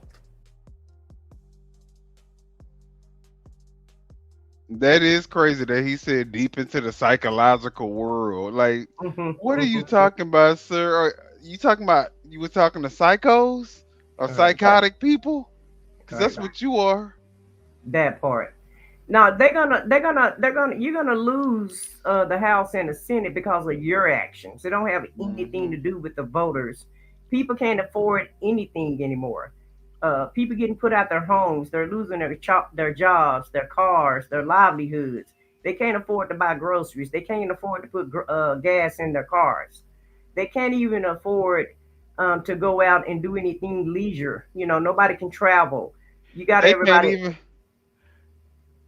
Yeah, that too. That's a big one. Yeah. Nobody can live their life no more. And on top of that, they can't even get sweet stuff with their food stamps no more. Like, he dictating what people could buy with the government assistance that they desperately need. I mean, you know, it's sometimes no pleasure at all in America no more. Nobody can have fun. Nobody can have no pleasure. Nobody can. Instead of $30, instead of $10, your daughter can only get $1. Yeah, you know, $1. Yeah. Like people still play with dolls, but you know, this whatever. Christmas, if things keep going the way they're going, your baby ain't gonna get no doll this year. Okay. Let's know 1 or 10. Ain't nobody gonna be having no birthday parties. Summer gonna be boring. Everybody gonna be at the house this summer. Ain't nobody gonna be able to travel. You know. Now everybody gonna go back into that Tamu frenzy that they was trying to pretend they a billionaire. Yeah, and start purchasing all that cheap shit off of Temu. Yeah, and then that's gonna cause issues because you know they don't regulate their products or whatever. So ain't no telling what you're gonna catch trying to mess around with Temu and Shein. Ain't no telling what kind of heebie-jeebies you're gonna get. they gonna start bugging all the damn shit from overseas that come over here. All right, let's. With his 80th birthday approaching, Donald Trump can no longer come close to forming a normal sentence. In a lifetime of listening to people speak English, you have never once heard someone say, I asked people that are deep into the psychological world. Psychology professionals include a range from psychologists to psychiatrists, social psychologists, and others.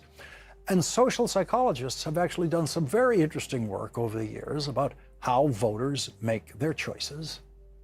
But I think we can just dismiss it as another Trump lie with the awkward Trump phrasing of a seemingly crumbling brain. Because if Donald Trump did ever talk to people that are deep into the psychological world, he is just statistically likely to be talking to someone who thinks Donald Trump has very serious mental problems, as described in the book, The Dangerous Case of Donald Trump, which was featured on this program in the first year of Donald Trump's first presidency. The book started off with 27 psychology experts who didn't get a chance to examine Donald Trump, of course, but watching him were able to make their contributions to that book based on their expertise.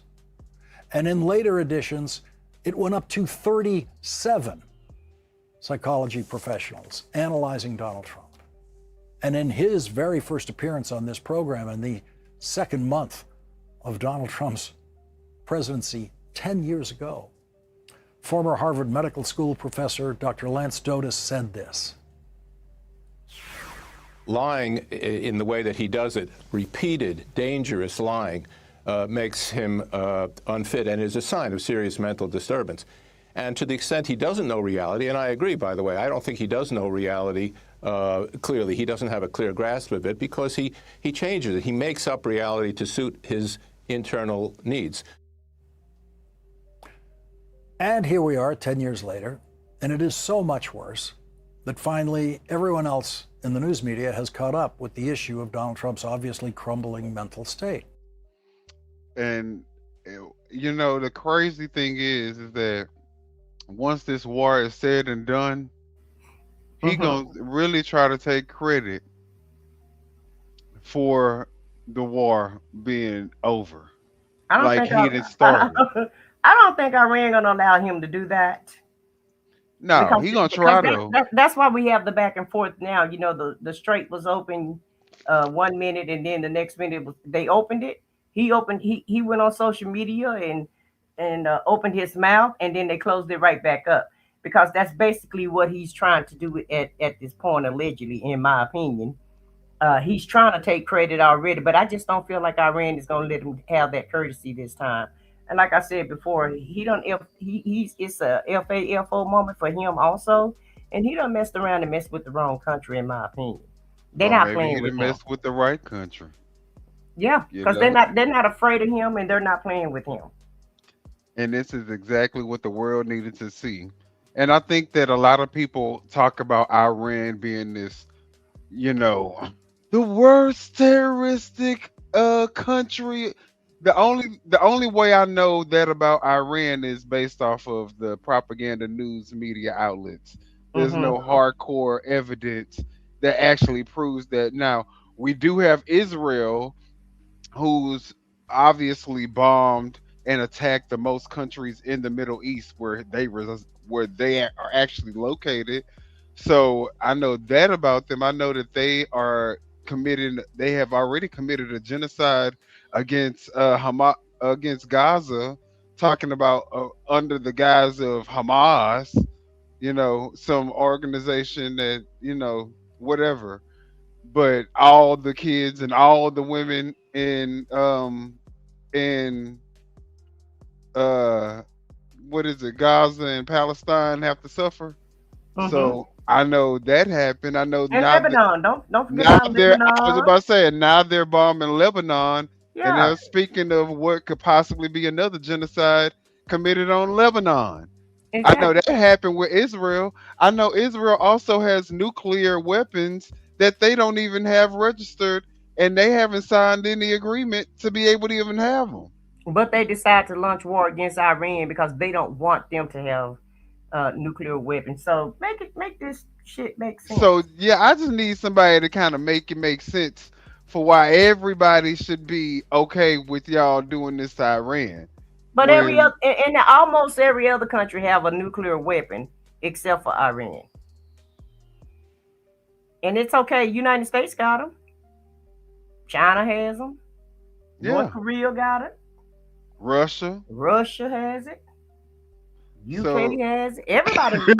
I mean, you know, almost Israel. almost all countries have nuclear weapons, and that's what they use to protect themselves. Not that we want Iran, to launch. Yeah, we don't want nuclear none of these weapons. countries to Yeah, have nuclear weapons. At the end of the day, what the yeah, fuck do we need nuclear weapons for? Unless we're exactly. trying to end a real civilization. Like, Hmm. why do you need a nuclear weapon in your arsenal to be able to attack any country?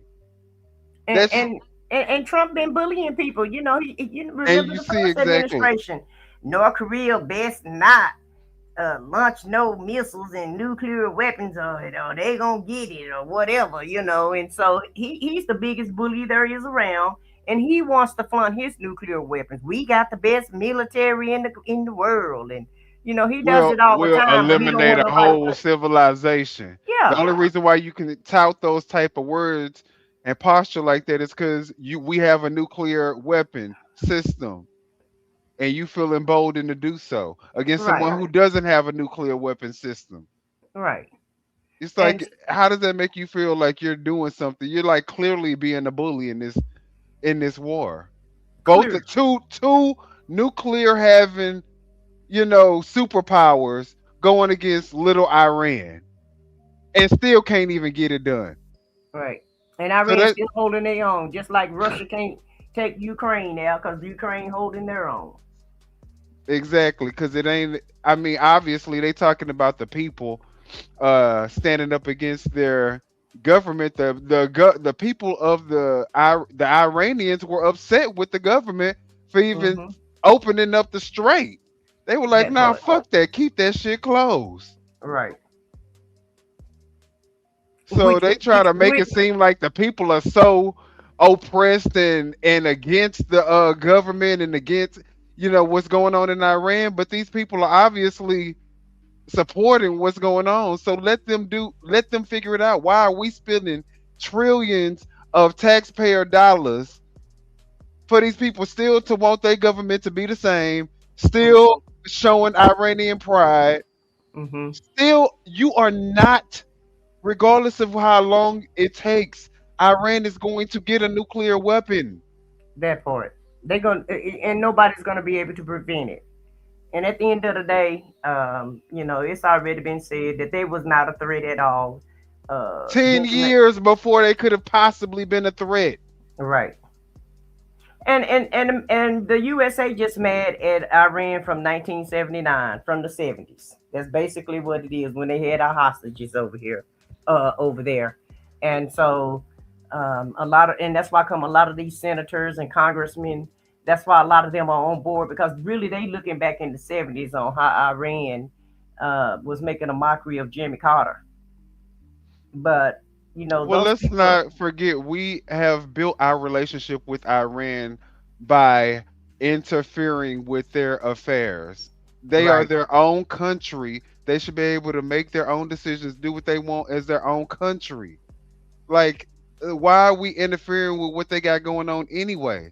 The average American doesn't know why we have to do it, but I'll tell you why we have to do it, because these are things that they can use as mechanisms to get money to grift money out of taxpayers Hmm. and line their Yeah, pockets. yeah, War is for the the people. easiest and best way for them to get as much money from the taxpayers as they possibly can and squeeze it out of them, and we get nothing out of it.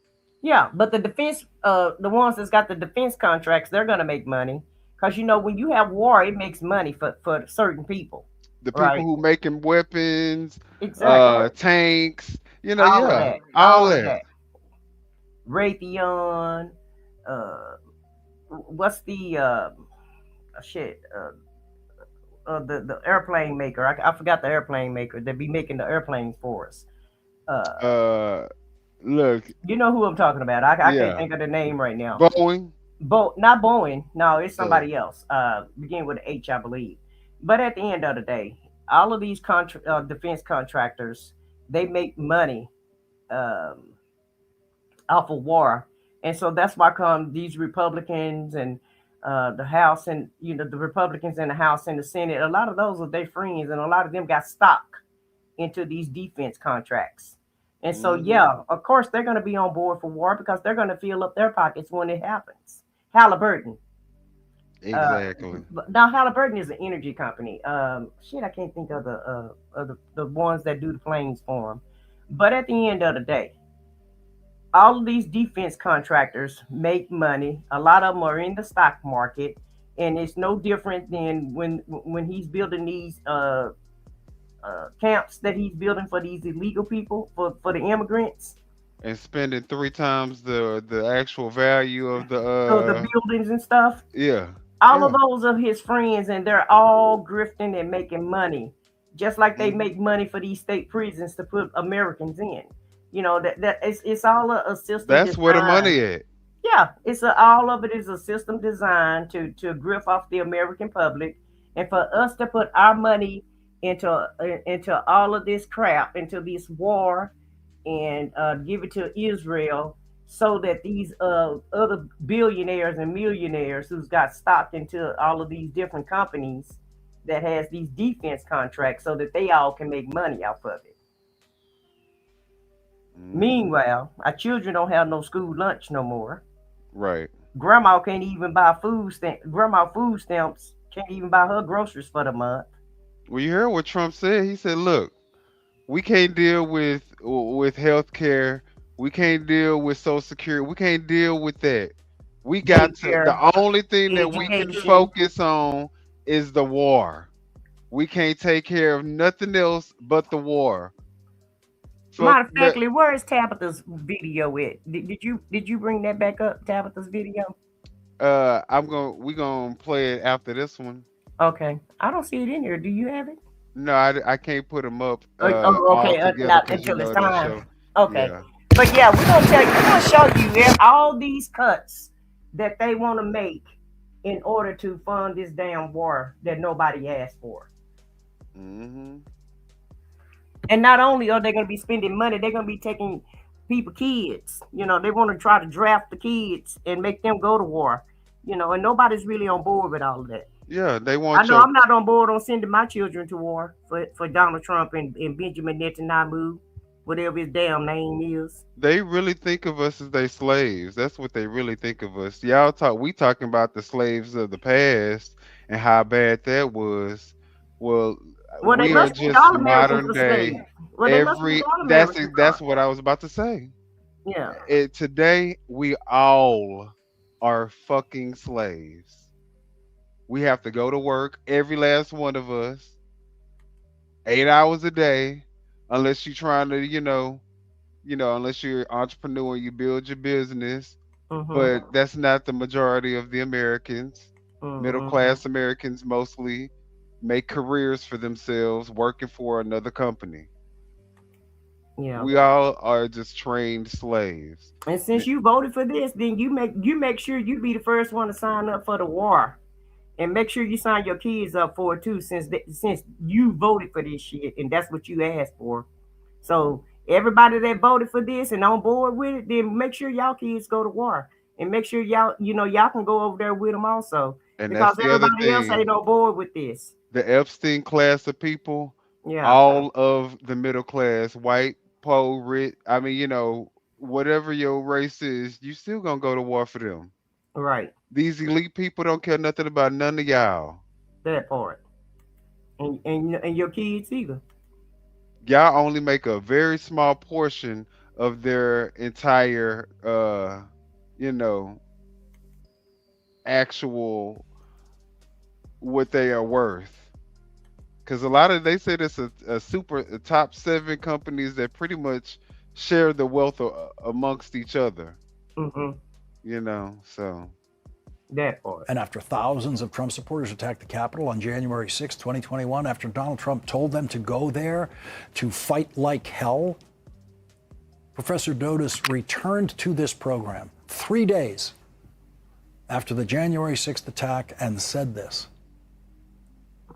A delusional psychopath who has been the same his whole adult life and who we knew would get worse the more stress he was under, because that's what happens with people with this kind of severe disorder. So when Nancy Pelosi said that she was making sure that the nuclear button couldn't be pushed, that was very wise and made a lot of sense. It was not an overreaction in the slightest. And when she said he's unstable, Absolutely. That is exactly the situation we're in and why he needs to be removed immediately, yesterday, really, because he is going to continue to get worse. He is going to continue to get worse. He definitely is. 5 years ago.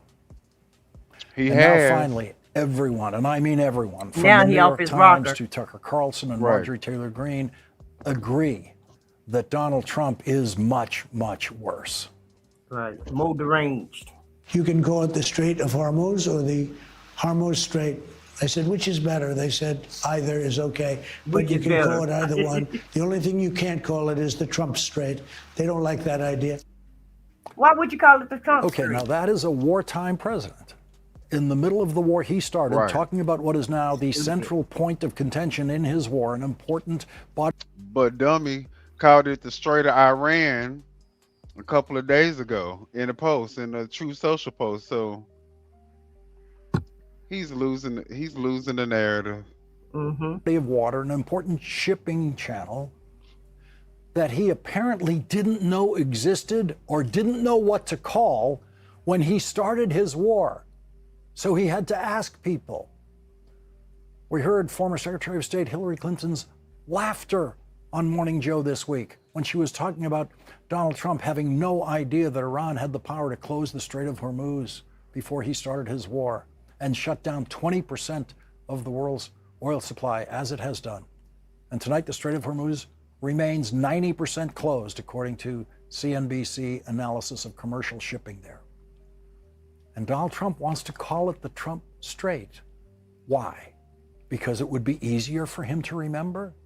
And what's hard to tell now is when Donald Trump said, nobody has ever ended one war. Was that the stupidity speaking, or was that the insanity speaking? Both. The problem for a president is it doesn't make any difference. Stupidity is as dangerous as insanity. Have you been negotiating a lot all day? I mean, is that why your voice is hoarse? I've been screaming at Iranians all day, yes. A little bit of a laryngitis because of my I've been screaming at Iranians. You mean to tell me you get laryngitis Laryngitis. from screaming at Iranians all day, sir? And it ain't did no good because them Iranians don't care about you screaming at them. They probably had you on mute. Are you a psychopath? Why can't the president compose himself to where he's not screaming so much at Iranians to where he catches laryngitis? I thought he said they want to make a deal. How you gonna make a deal screaming? what What kind of deal is that? What kind of insanity is this? This is like, is this a president or is this really just the host of The Apprentice acting as the president? Because I don't even think the Apprentice would have him at this point. Oh, we're gonna talk about the traitors. I'm glad they brought that up because I don't think we have any videos, but I do want to talk about the fact that MAGA and this Trump president, first off, the notion that you have a organization or a movement of people who say make America great again is treasonous and traitorous in its nature against the country. Because what is there to make great again? America has evolved into what we are. We are the greatest nation from at any point that it was since its inception. By any measure. What are you talking about? And then you're talking about make America great again, while the president who is touting make America great again is showing posts on his social media of the 1920s and the 1960s and times where it was segregation and shit, and calling the fucking former president of the United States of America a monkey and an ape. Like, is this the part? Is this what you were thinking about when you said make America great again? You guys are treasonous and you all should be put in jail. In fact, you know what? They were talking about Iran killing they say 30, 40, 50. The number keeps changing on how many citizens Iran killed when they started protesting. But I say, you want to know what? Maybe we should adopt that. because maybe January 6th wouldn't have happened. Or if it did happen, maybe we wouldn't have to be worrying about all the residual effects from all these people that were pardoned from being held accountable for what they did on January 6th. You know, you guys are the treasonous people. You guys should be put in jail for the rest of your life. Anybody who claims MAGA should go to jail and be deported because you guys do not love the country that you live in, and you're creating the chaos that we have to talk about on a day-to-day basis. And you're against American values. You're against everything that America stands for. Everything. So we may have the title of the next fawning Amazon documentary about life in the Trump White House, this one about Donald Trump instead of Melania Trump. Screaming at Iranians, coming up on Amazon. He seems to be lying about two things there. First of all, that's just his voice.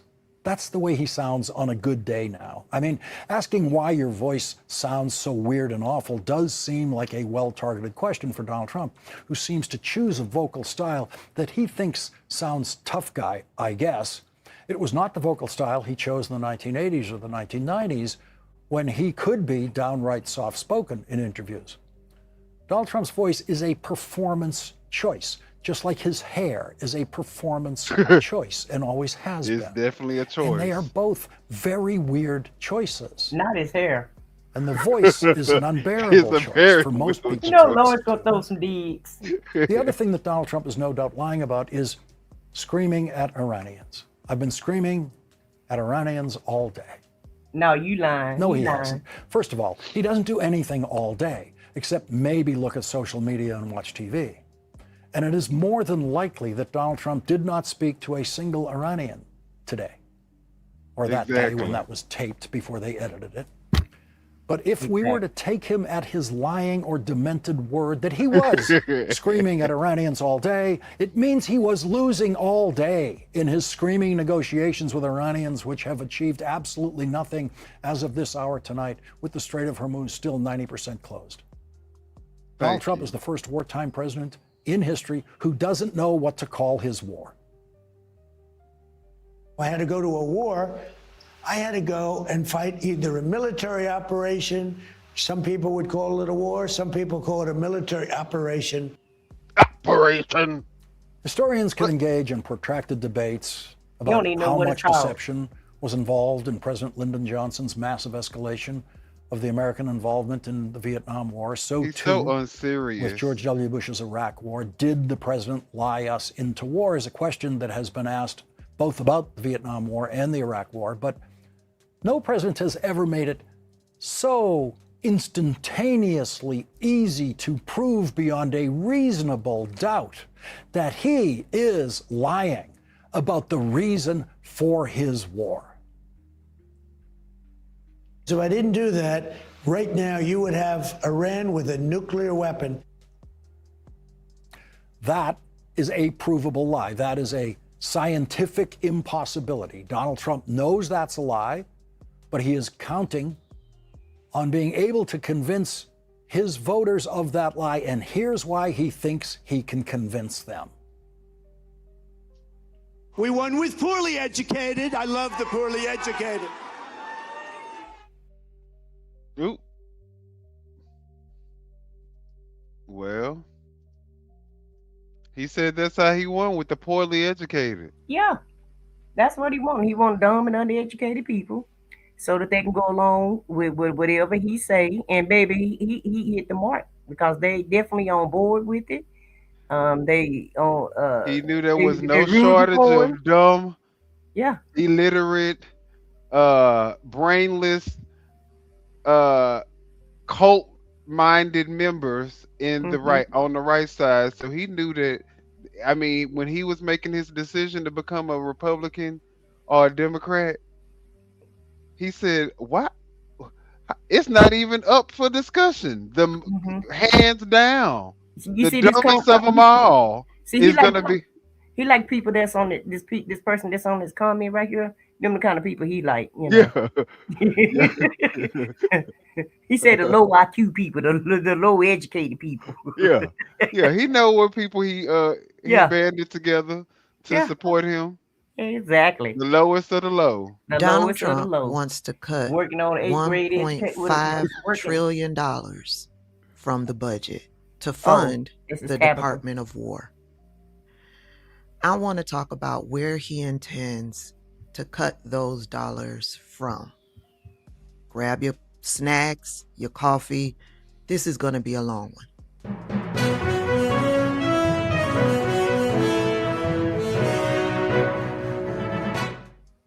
Hey everybody, welcome back to the channel. I want to give a huge shout out to my old faithfuls. Thank you so much for all of the support that you have given me over the years. Oh yeah, guys, and don't forget that if you have not subscribed to I Said What I Said channel, please support her channel by scanning you can scan the QR code on the screen. And we'll put a link in for her channel in just a second as well. But make sure, guys, that y'all subscribe to the I Said What I Said channel, as well as, of course, subscribe to Off the Record. And let me introduce this video, guys. This is Tabitha. Y'all go ahead and subscribe to Tabitha, too, because she's a great commentator also, as well as Lawrence O'Donnell. We've used his content and Luke's content. Subscribe to all those subscribers, to all those content All the creators. content, yes, sir. Yeah. Yes. But this video is Tabitha giving us, we're going to go down a list of programs that Donald Trump, your president, Not ours. wants to cut to fund this war. And baby, when I say he gonna trim the fat, he actually getting into the lean meat. He's gonna cut. He going into the crevices of the budget. Baby, he went into every nook, cranny, and corner to fund this war. And so, and that's what I was talking about earlier, on previous videos. He want to cut everything. So nothing for America and everything for Israel. So I think, BB must got, just like Melania had some dirt against her. And that's why they deported that lady to Brazil. I feel like BB got something on Donald Trump.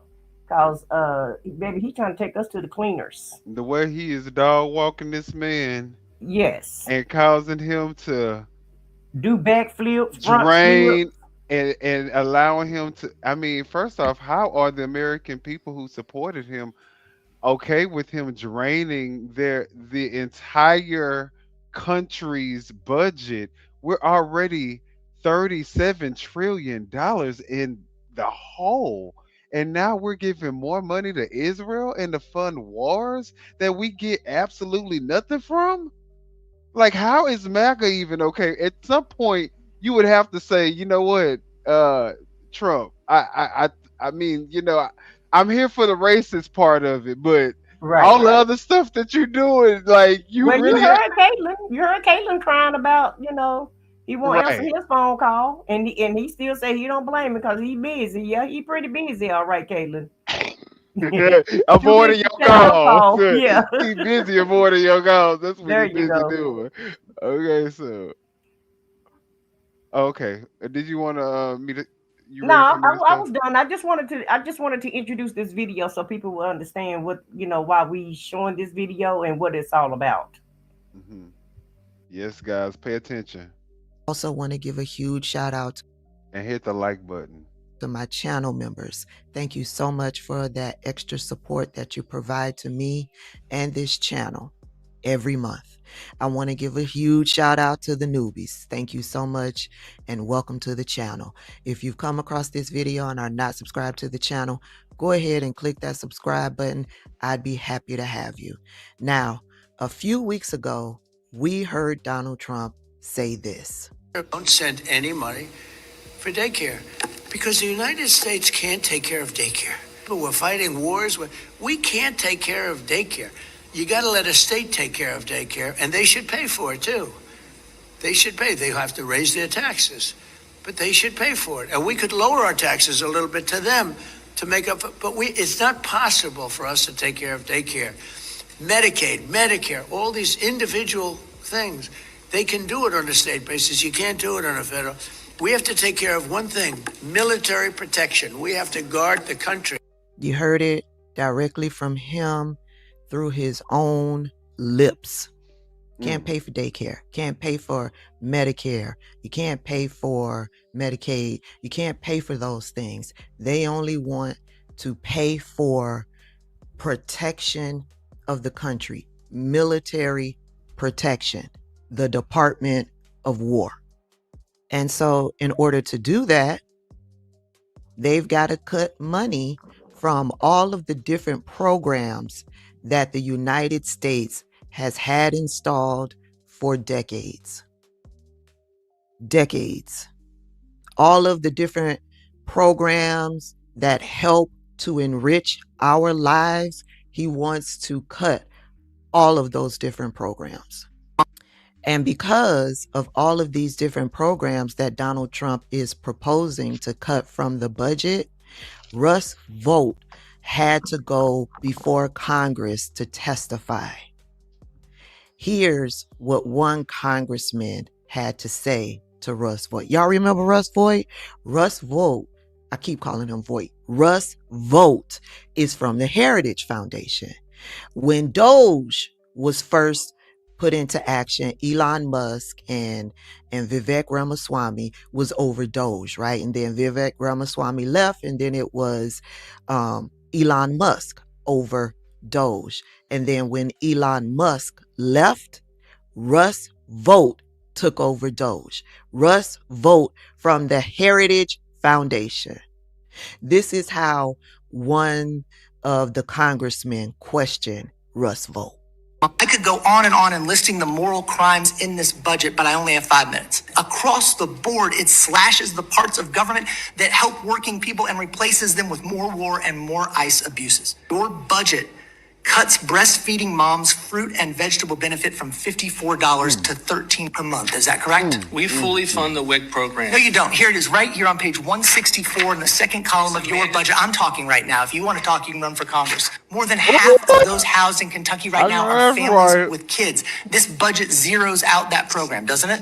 And what's interesting about Yes, it does. It's right here on table 1.3. It zeroes it out in your budget. You admitted earlier to zeroing out that program, but you said it was because of fraud. You said just a second ago, I don't assume the American people engage in tax fraud, but I guess you assume every senior in Kentucky is engaging fraud because they want to have a cool home in the summer and a warm home in the winter. This budget sees the hungry, it sees the homeless, it sees the vulnerable, and it turns away.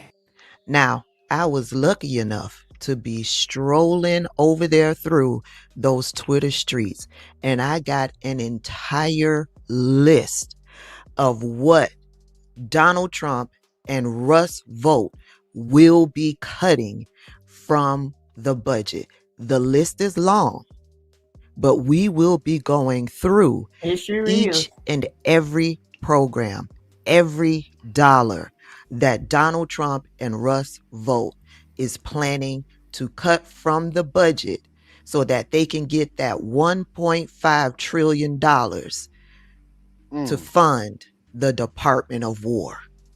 So because Donald Trump and Russ Vought want to cut $1.5 trillion from the budget, there's lots of conversations taking place out there on social media. And I was over there on Twitter and came across this post right here where it lists where Donald Trump and Russ Vought plan to cut money from in order to fund their $1.5 trillion military budget.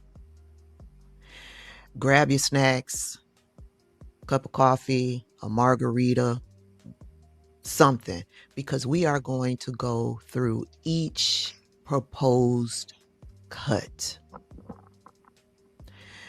This is from the headquarters page. I follow them on Twitter and I follow them on Threads. And they are reporting that this is where Trump is seeking to pay for his new $1.5 trillion military budget. And they plan on paying for that budget by cutting the following. which is our money, They plan to cut aka our money, tax dollars. $510 million for grants for farmers and agricultural research. They plan to cut $82 million from loans for rural small businesses. And this cut will fully eliminate those programs. $61 million will be cut that support farmers and food markets. This cut will also fully eliminate those programs. $240 million will be cut for school meals and food education for children living abroad. This will fully eliminate those programs. $659 million will be cut for community building grants. $47 million will be cut that support minority-owned businesses. And because of this cut, those programs will be fully eliminated. $449 million will be cut from economic development grants for communities. $1.6 billion will be cut from weather forecasting, fisheries, and coastal protection programs. $993 million will be cut from scientific research and technology standards. $150 million will be cut for support for American exports and trade. $2.2 billion will be cut from broadband and internet access programs. $8.5 billion will be cut that fund public schools.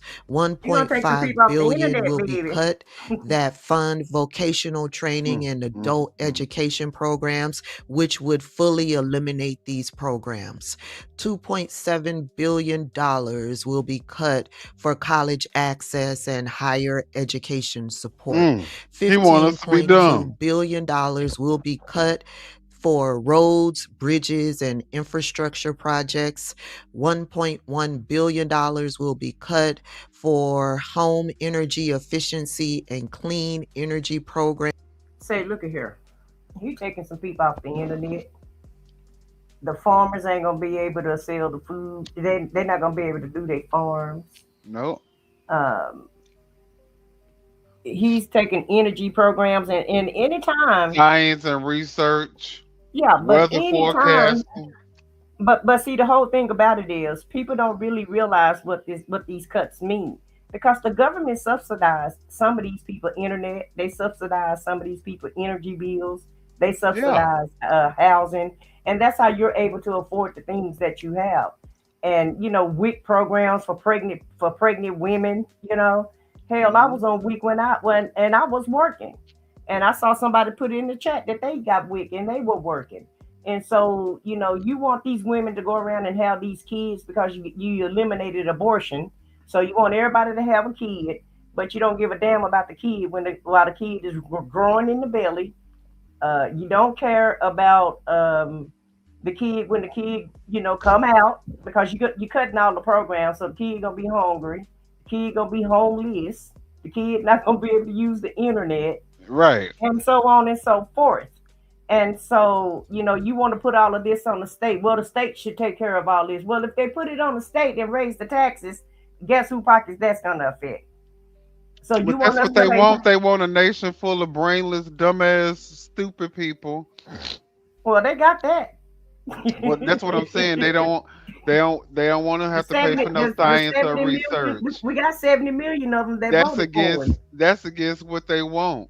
So they don't need no science. They don't need no support for American exports and trade. They don't need funding for public schools because they don't want them to be educated. No vocational training and adult education. Again, education, anything education, just take it out, because what they really need is people to grow up believing everything that they say. They don't want you to have, you don't even need to have internet access, because there's a lot of fake news on the internet that we don't want y'all to see. So this is exactly how they can make the society that they want that will just be stupid, dumb, blind followers of everything that they say. But look at this. Look at this comment right here. She says, "My kid developed cancer at 2, so can certainly research cuts particularly make me angry."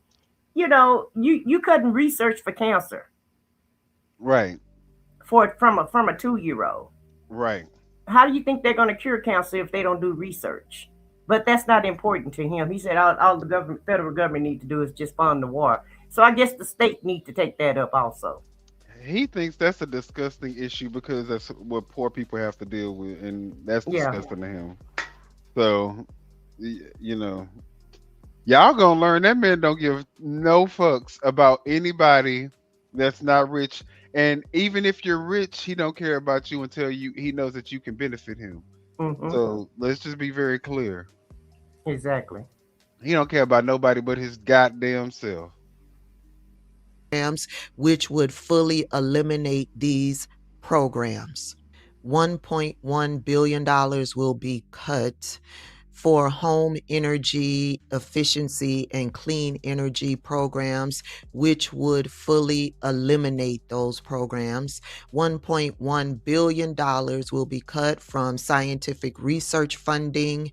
$386 billion will be cut from environmental cleanup programs. $150 million will be cut from cutting edge clean energy research. $4 billion will be cut. This $4 billion helps to pay for home heating and cooling bills for low-income families, and this cut will fully eliminate this program. $768 million Which will is be all cut of the for South. refugees. So you ain't gonna be able to get utility assistance no more and all that other bullshit. No, your electric bill going up. Everything's already up, right? Because of the war. And then if he get to finish doing the war and continue to fund the war, your bill, you think your bill high now, it's definitely gonna go high. And the summer is coming, so you know everybody gonna turn their air conditioner on. You're gonna your car gonna run more gas. It's gonna be hotter in the summertime. And so, the cost is just keep going up and up and up, and it's going to cost the American people. It's not going to cost him anything, but it's going to come out of your pocket. Y'all gotta Hey, Lou, what's going on? wake Thanks for up. being here. Oh, Wake no. up, y'all. Well, no. People like Caitlyn Jenner said they don't blame Trump. His supporters don't blame him for all of this. This stuff is necessary, according to MAGA. Child. Yeah, y'all gonna wake up one day and they gonna be able to Well, reverse when he none of was, that but, shit. but when he was running, when he was doing the rally, no more wars. Obama gonna cause a war because he can't make a deal. Now, who is that? Who doing that? We're gonna talk about that too because the corruption here is so fucking deep. He was talking about Obama giving Iran what he said at first it was 400 million, then it was 1.5 billion. Yeah. You don't And, know what and the really, number it is. was 1.6 billion. But we'll talk about it when we get to that video, and we'll tell you why Obama gave Iran the money. Okay, And how the hypocrisy with this guy is just unmeasurable because at this point the amount that he's gonna give Iran pales. I mean, the what Obama gave him was chump change. Exactly. And Obama and they didn't launch they wasn't in war when Obama was in office. Right. Obama made a deal with him. Can this fool make a deal with him? He can't even make a deal. That's how smart he is. The Strait didn't get closed when Obama made his deal. There was just we didn't have to lose no American lives. Well, that I think it was to bring American lives back home. Actually, it was. And so settlement assistance. $819 million will be cut from care and shelter for migrant children. $775 million will be cut from local anti-poverty programs, which will fully eliminate those programs. $5 billion will He be want cut people from to be public health poor programs, mental health services, and disease prevention. and $5 deranged billion and dumb will be and cut from mentally medical disturbed. research. $129 million will be cut from healthcare quality and safety research. $356 million will be cut from emergency preparedness and disaster response. $1.3 billion will be cut from FEMA community disaster preparedness grants. $707 million will be cut from cybersecurity protection for critical That's infrastructure. why we always getting $52 breached. million will be cut from airport and transportation security.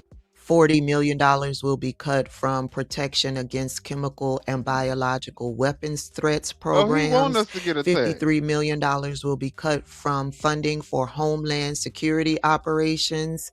$3.3 billion will be cut from community development block grants for local neighborhoods, which would fully eliminate these types of programs.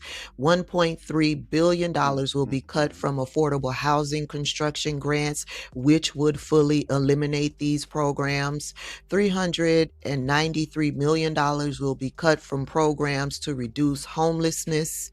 $529 million will be cut from housing assistance for people living with HIV and AIDS, which will fully eliminate those Lord. programs. $489 So they gonna be million put out on will the be cut from street. housing services for Native American communities. $50 million will be cut from So wait a minute. So the affordable housing and construction grants fully eliminated. So we can't make any more affordable housing.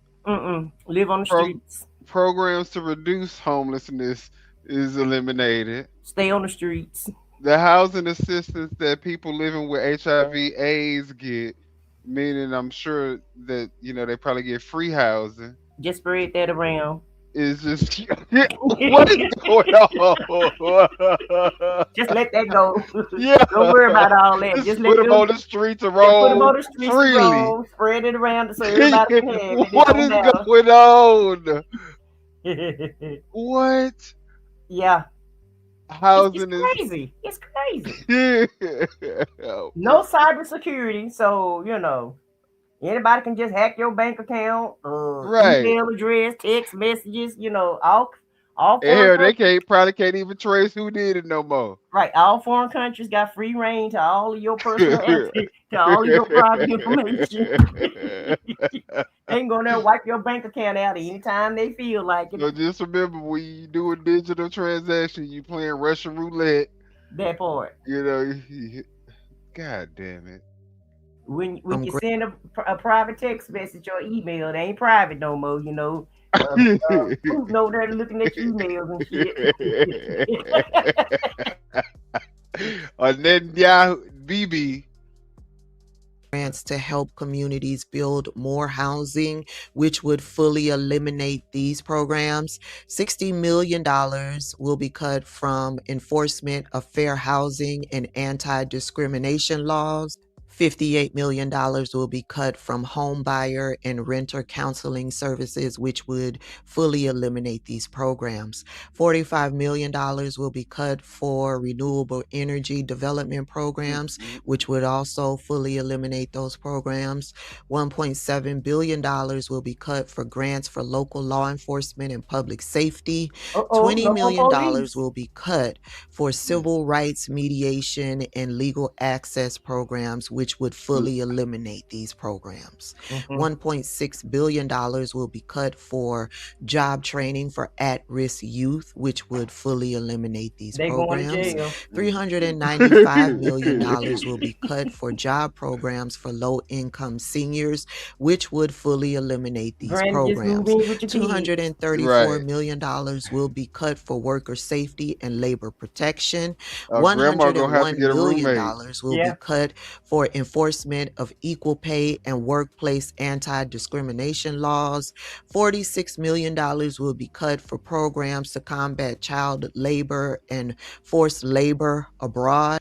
$2 billion will be cut from international humanitarian aid. Damn. $1.2 billion will be cut for food aid for hungry families abroad, which would fully eliminate this program. $4.3 billion will be cut for global health and disease prevention program. $2.7 billion will be cut for funding for the United Nations and international partnerships. $642 million will be cut in international economic and treasury programs. $315 million will be cut for democracy and anti-corruption programs abroad. $486 million would be cut for grants for public transit projects. What? $4.2 billion will be cut for electrical vehicle charging infrastructure. $486 million will be cut for grants for public transit projects. $315 million will be cut for democracy and anti-corruption programs abroad. $372 million will be cut in airline service for rural and small communities. $145 million will be cut for grants for sustainable and equitable infrastructure. $204 million will be cut for loans and investment for underserved communities. $1.4 billion will be cut in IRS taxpayer services and enforcement. $100 million will be cut from air pollution monitoring and reduction programs, which would fully eliminate. I like that. So now you ain't got to pay your taxes. Who gonna check me, boo? Who gonna check me, boo? Cause y'all heard, y'all ain't even gotta pay taxes now. If this go through, you ain't gotta pay no taxes. That's what I'm talking about. But you wanna know what? Who wanna compromise not paying taxes for all the other stuff, for everybody else around the world being hungry and homeless and disease running rampant in the streets and stuff? It's too much of a give just to get no taxes. Nothing. Right. But at the end of the day, what the states need to do is not send their federal dollars to Washington. Since you want the states to take care of everything, then let the states keep their money. Y'all find y'all money in Washington, do what y'all do. Find y'all money however y'all can find it. Y'all already sucked it all out of the damn middle class, so y'all already got enough of everybody's money. Yeah. Y'all don't need no more of our money. Y'all got it. So just let the states handle it. He's absolutely right. All of the states need to keep their federal dollars in their state and take care of their people. That's exactly how it needs to go. Yeah. Then it's not even in the United States of America no more. Goddamn it, we just. Well, hell, it ain't united anyway, so you may as well. I know you right about that. With this president, it's definitely not united. He made his whole thing off of division. That's his whole spiel. Yeah, that's his whole MO. It's division. That part. Those programs. $1 billion will be cut from EPA grants to states for environmental protection. $2.5 billion will be cut from clean drinking water and wastewater infrastructure funds. Lord Jesus. $90 million will be cut. He don't care about us. To reduce diesel pollution, which would. This is treasonous. This should be. This should be a crime. Everybody gonna have cancer. Everybody gonna have asthma and everything else that goes on with the pollution in the environment. Whoever wrote this bill should be arrested for conspiracy against the American people. Because how the hell? J.D. Vance, Elon Musk.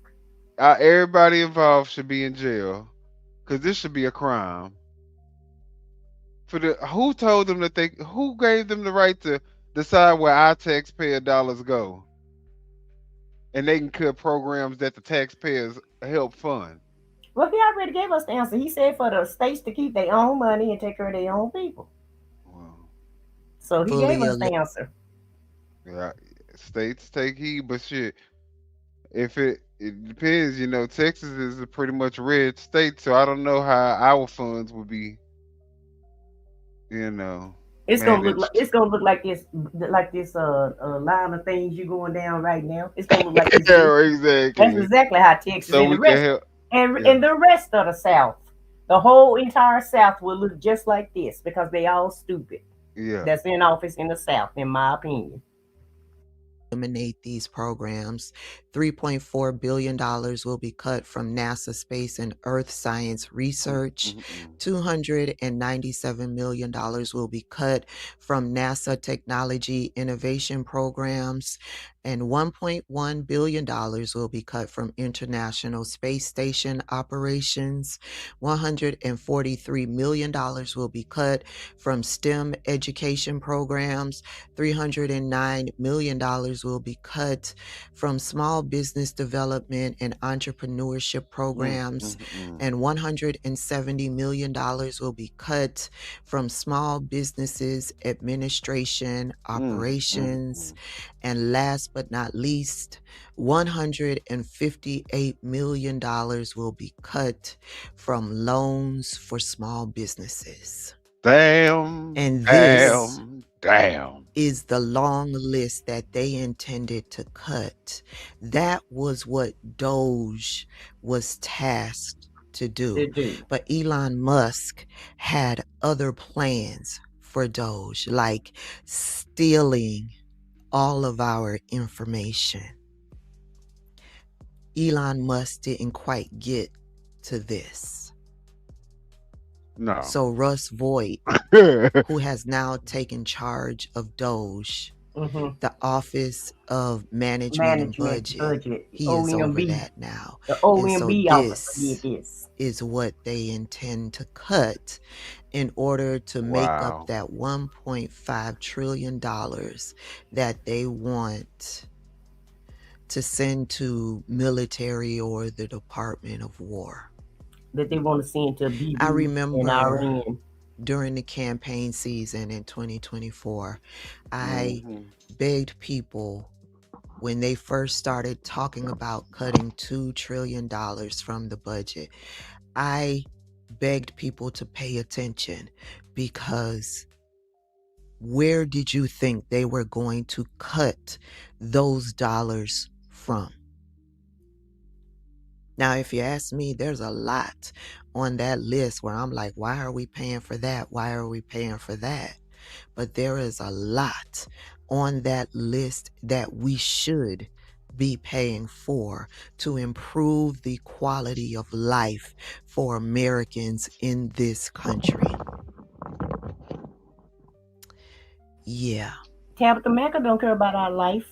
Becca Ballot has some questions for Russ Vogt that I want you to listen to.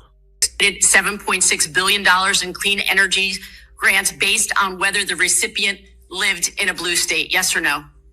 I don't recall what that judge said, but we have not made the determinations based on In fact, Mr. Vogt, on January 12th, 2026, U.S. Judge Amit Mehta said, quote, defendants, meaning you, Mr. Vogt, freely admit that they made grant determination decisions primarily, if not exclusively, based on whether the awardee resided in a state whose citizens voted for President Trump in 2024. Mr. Vogt, yes or no? Federal judges said OMB's freeze of $10 billion in child care and family assistance funding, quote, appeared designed to punish communities that the administration agreed with. Yes or no? Was that something that federal judges said about you and your leadership? I think the judge's characterization is getting at the degree to which we are focused on states that we think are mismanaged. Okay, that is not in fact the case. In fact, U.S. District Judge Trina Thompson found the administration broke the law and froze funds as a politically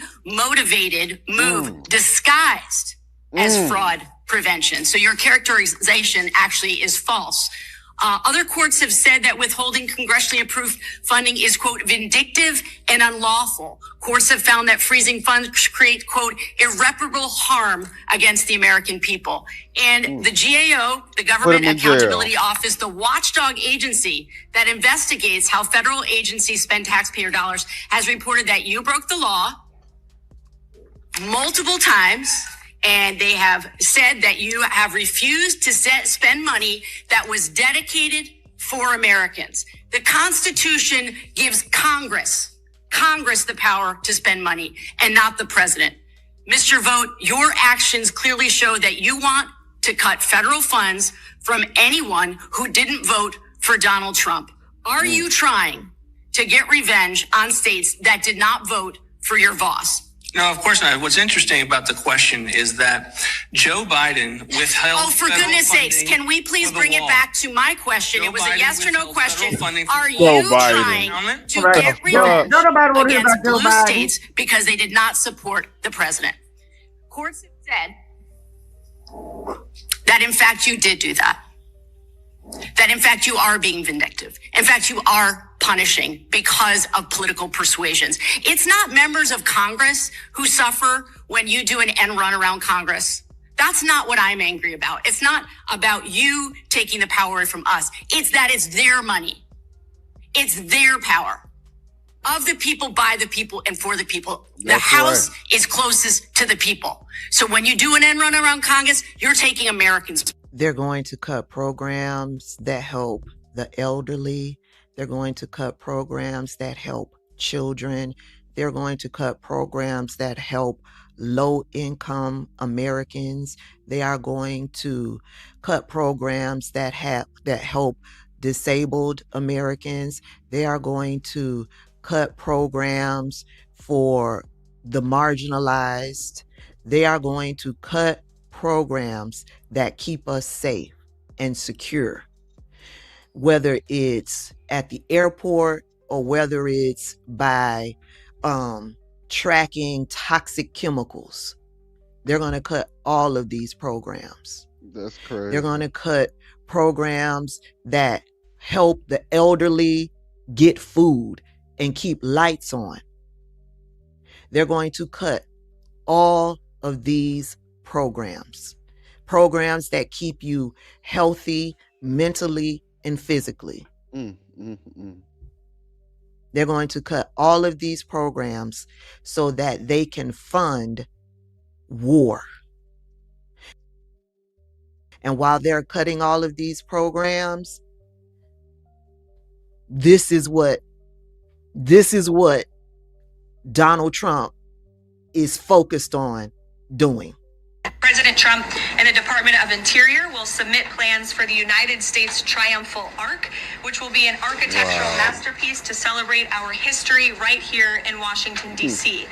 This monumental arch will beam at 250 feet tall in honor of 250 years and stand on ground that is currently empty green space in Memorial Circle on Columbia Island. The United States Triumphal Arch will be outfitted with beautiful artwork and depictions celebrating the success of the American people over our 250-year history and the enduring triumph of the American spirit. Great nations build beautiful structures that cultivate national pride and love of country, and this triumphal arch should be a project that all Americans of all political persuasions can support because it's a monument for every American to celebrate 250 years of our nation's proud history. And again, the plans for this will be submitted tomorrow.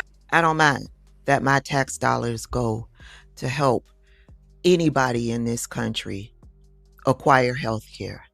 I don't care that my tax dollars go to help anybody in this country who is in desperate need to keep their lights turned on, to keep their water going, to keep food on their table, to keep a roof over their head. I don't mind that my tax dollars goes to that. I don't mind that my tax dollars go to medical research, scientific research. I don't mind that my tax dollars go to making sure that our roads, our bridges are safe. I don't mind that my tax dollars go to make sure that we are safe in this country. Programs and education programs. In every aspect imaginable. Cyber. I do mind that my tax dollars Security. would go to rebuilding the West Wing of the White House. I do mind that my tax dollar is going to some dumbass arc. I do mind that my tax dollars go to fund Donald Trump and his weekend golf trips. Right. I do mind That that my part, tax every dollars weekend. go to him redesigning the little garden, the rose garden, and making it into a restaurant for the elites. Now, what I ain't gonna have a problem with my tax dollars going to is if the next Democratic administration go ahead and at any cost tear everything that Trump built down. Right, and take his And- name off of everything, and baby. take his name off of every fucking thing. God damn it! So I 'Cause he wouldn't de- mind yeah, that. he definitely trying to brand America so that we Yeah. can remember him. We're gonna remember you all right. And history definitely gonna remember how dumb you was Right. and how corrupt you are. Hello. And I I do sorry, my- I feel sorry for his family when he leave office because see he gonna go, They more gonna than be likely. shunned out of America. Yeah, he got more time behind him than he do in front of him, right? Because his next birthday, he's getting ready to hit 80, and so his family is gonna have to take the brunt of whatever backlash America give to him. It's gonna trickle down to his family, and that's Well- who's gonna have to pay for it. But really, to tell you the truth, these elite this elite class of people, Mm-hmm. I mean, they probably wouldn't mind seeing the Trump family go down, though. So Yeah, because the people that support Trump, that's got money, his quote unquote so-called friends, they're not his friends. All of them hate him. Even in Congress, they all talk about him. They all hate him, but they all are I know they afraid of really him. do hate that the smell that he makes when he messes himself in his diaper when they around him. So Yeah, I'm sure that's not pleasant, but but I'm sure that's like one of the least reasons why they don't like him. Okay, because at the end of the day, he's making it very hard for the Republicans. They're going to be losing in the House and the Senate, and the more he talks, the more support he loses. A lot of MAGA people are even turning against him because they don't it's FAFO moment now. And so everything that he promised, he haven't delivered on. He's did the opposite of everything that he promised.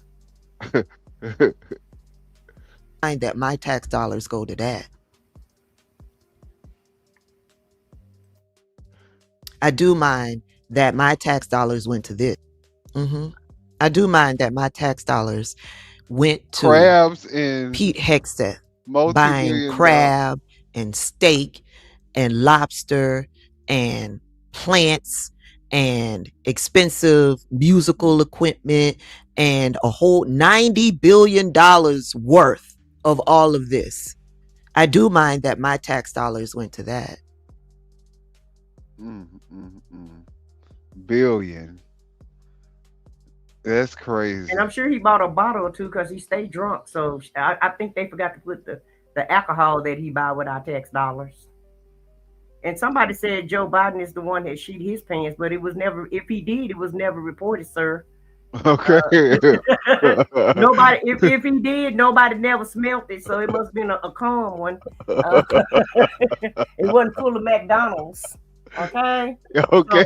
So, They say Trump's smells like the rawest sewage. Right. So look, I don't know. They called him Sleepy Joe, but they didn't call him Shitty Joe. Nope, that would be Agent Orange. And when people were standing by Joe Biden, remember that video we had a couple weeks ago and that lady turned her nose? Y'all know. Y'all remember that video we showed? That lady was standing behind him. She could barely breathe. And they say that Trump is a germaphobe too, so he don't like How using you gonna be a outside germaphobe baths. wearing a diaper? You can't Well, be a that's why germaphobe. That's an oxymoron now. But that's the reason why he wears the diaper, because he don't like using outside restrooms. Well, So I mean, they if say it's not the you use fact the that diaper, it's on you anyway. they said it's not a health concern. You It's better just off going to a public bathroom than to be wearing a diaper. I'm gonna just throw that out there. it's sitting in your old mess Right. for For whatever hours. period of time. Right.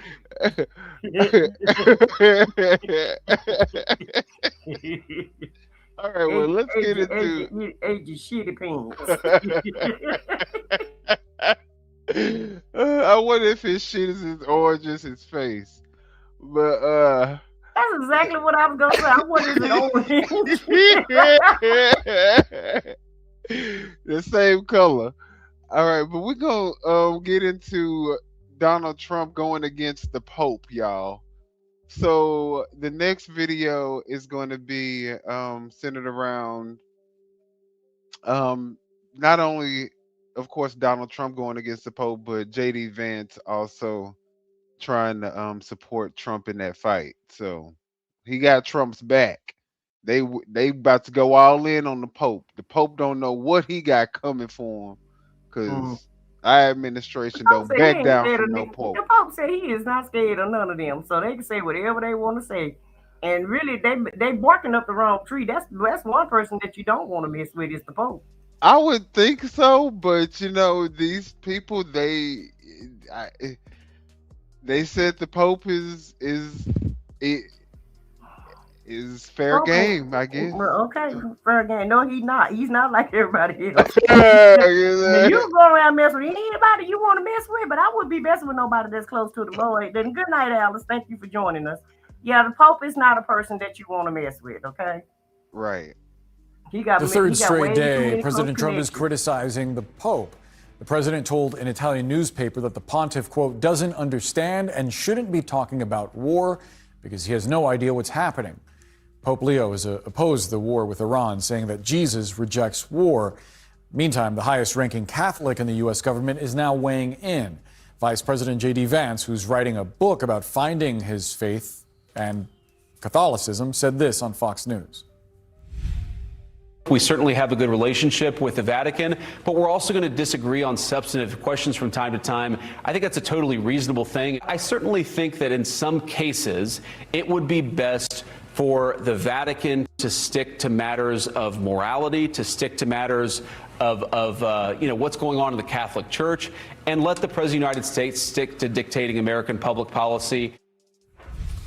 Let's talk about this with CNN Vatican analyst Katie McGrady. She's also the host of the Katie McGrady Show on SiriusXM's The Catholic Channel. The channel is operated by the Archdiocese of New York. Katie, thank you so much for being with us.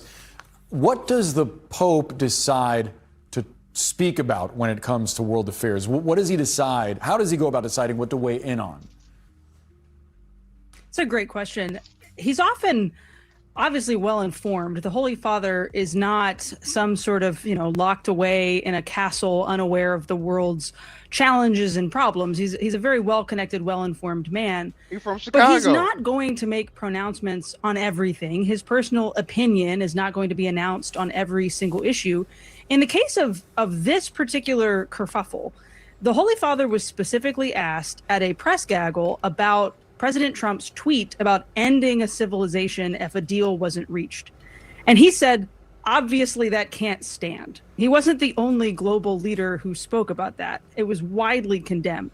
And that was perceived as a punch.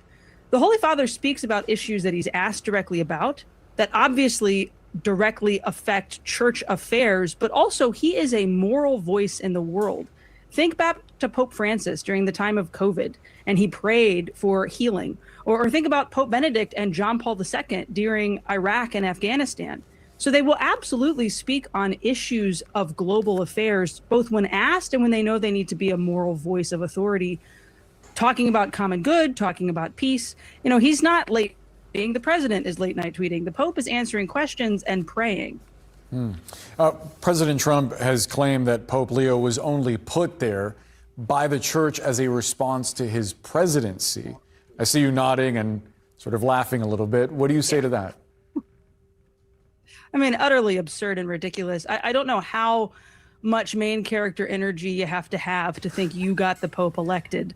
The thing is, right? I think what comes with an American Pope on a global stage is this assumption that American Pope will love American president, will love American policies.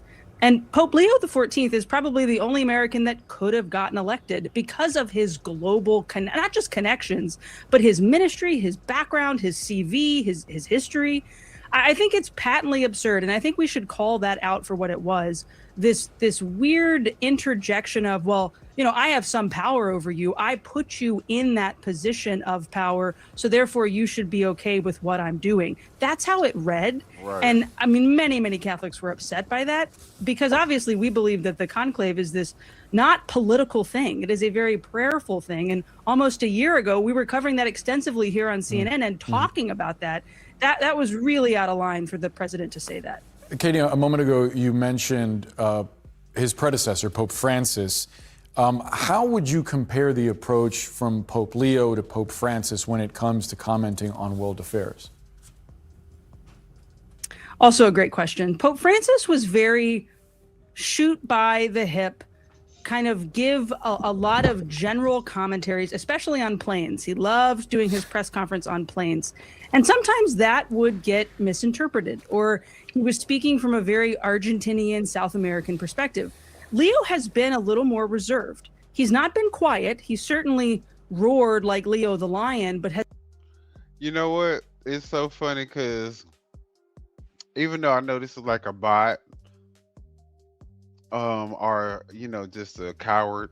I know. They're talking it's about crazy.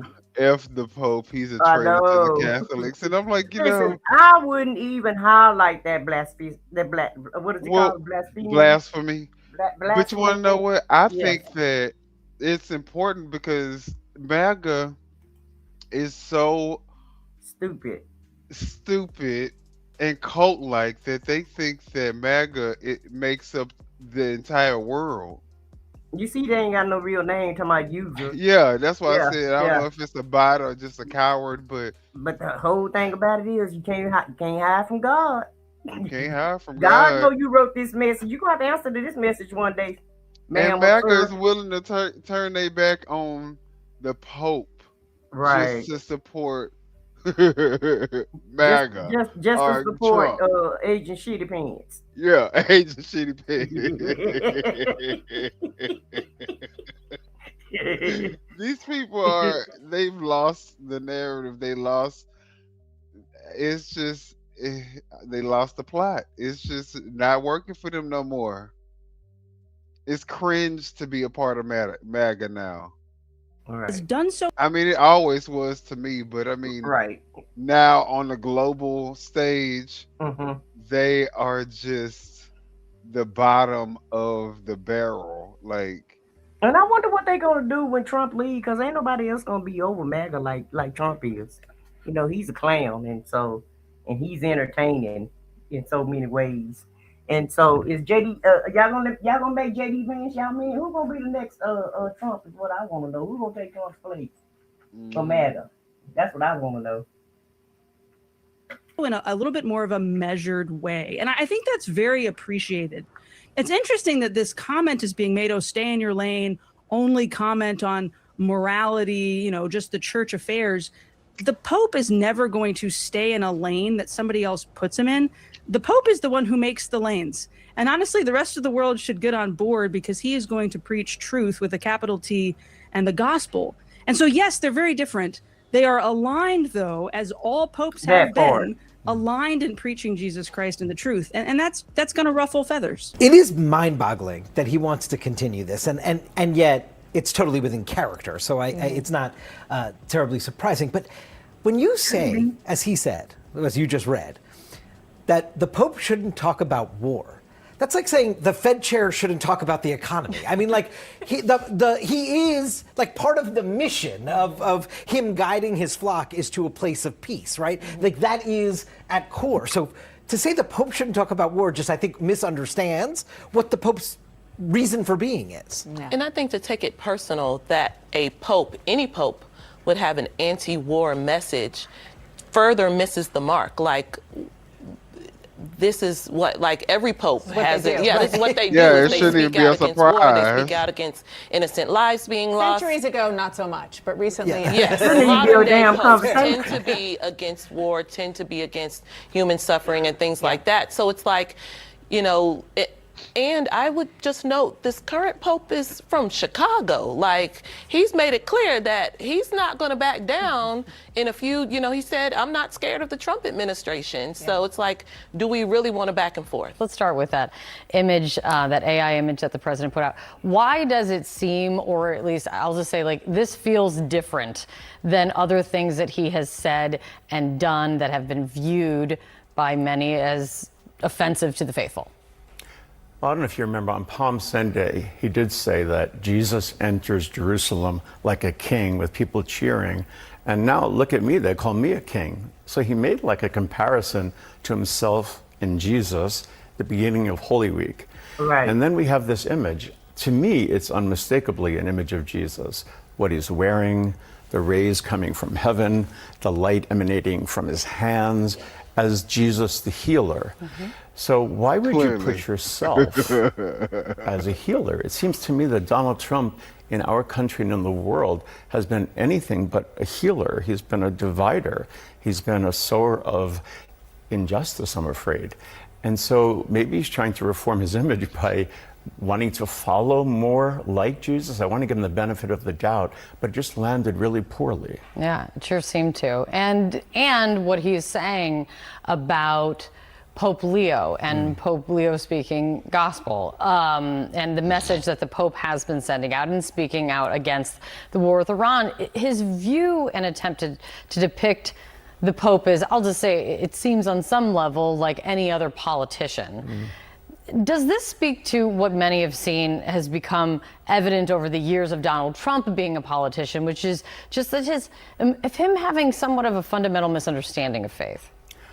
I think so. I mean, to say the Pope is weak and terrible on foreign policy, or that he's not tough on crime, I mean, it doesn't make sense. It's like saying a doctor is bad at carpentry. You know, like, it's not his job. The job of the Pope is to put forth the gospel, to try to have the message of Jesus out there, of peace and solidarity and ministry to the poor. So why would you make this kind of critique about a religious man whose mission is totally different than creating foreign policy? So I think there's a misunderstanding, but I think anyone who critiques President Trump's agenda and what he's trying to do, he lashes out at, and sometimes in irrational he's a psycho. Ways. Let's focus on this trip that the Pope. Trump has no mental capabilities or ability to just not go against the Pope. You know, just don't pick a fight with the Pope. Right. Is that that hard? Right. Some people, some things you need to leave alone. Let the And Pope have his one opinion. of them. It's not gonna stop you from finishing the war. You ain't gonna stop doing none of the stuff so why are you letting it upset you to the point where you're having a public Because he's jealous of the Pope. Because the Pope favorability rating is higher than his. So he's jealous of the Pope. You know, anybody that have a better rating than him, he gets upset about it. He can't handle it. Well, the Pope should be off limits, Trump. Okay. He off limits in the midst. For me too. It's a 10-day trip, and I was looking. I didn't really appreciate just how grueling, like physically, and this trip really is. I mean, it's multiple countries. He's going to be taking 18 flights and 2 helicopters over the span of all of this. But set that aside, what is the meaning of this trip? What is the message of this trip, you think?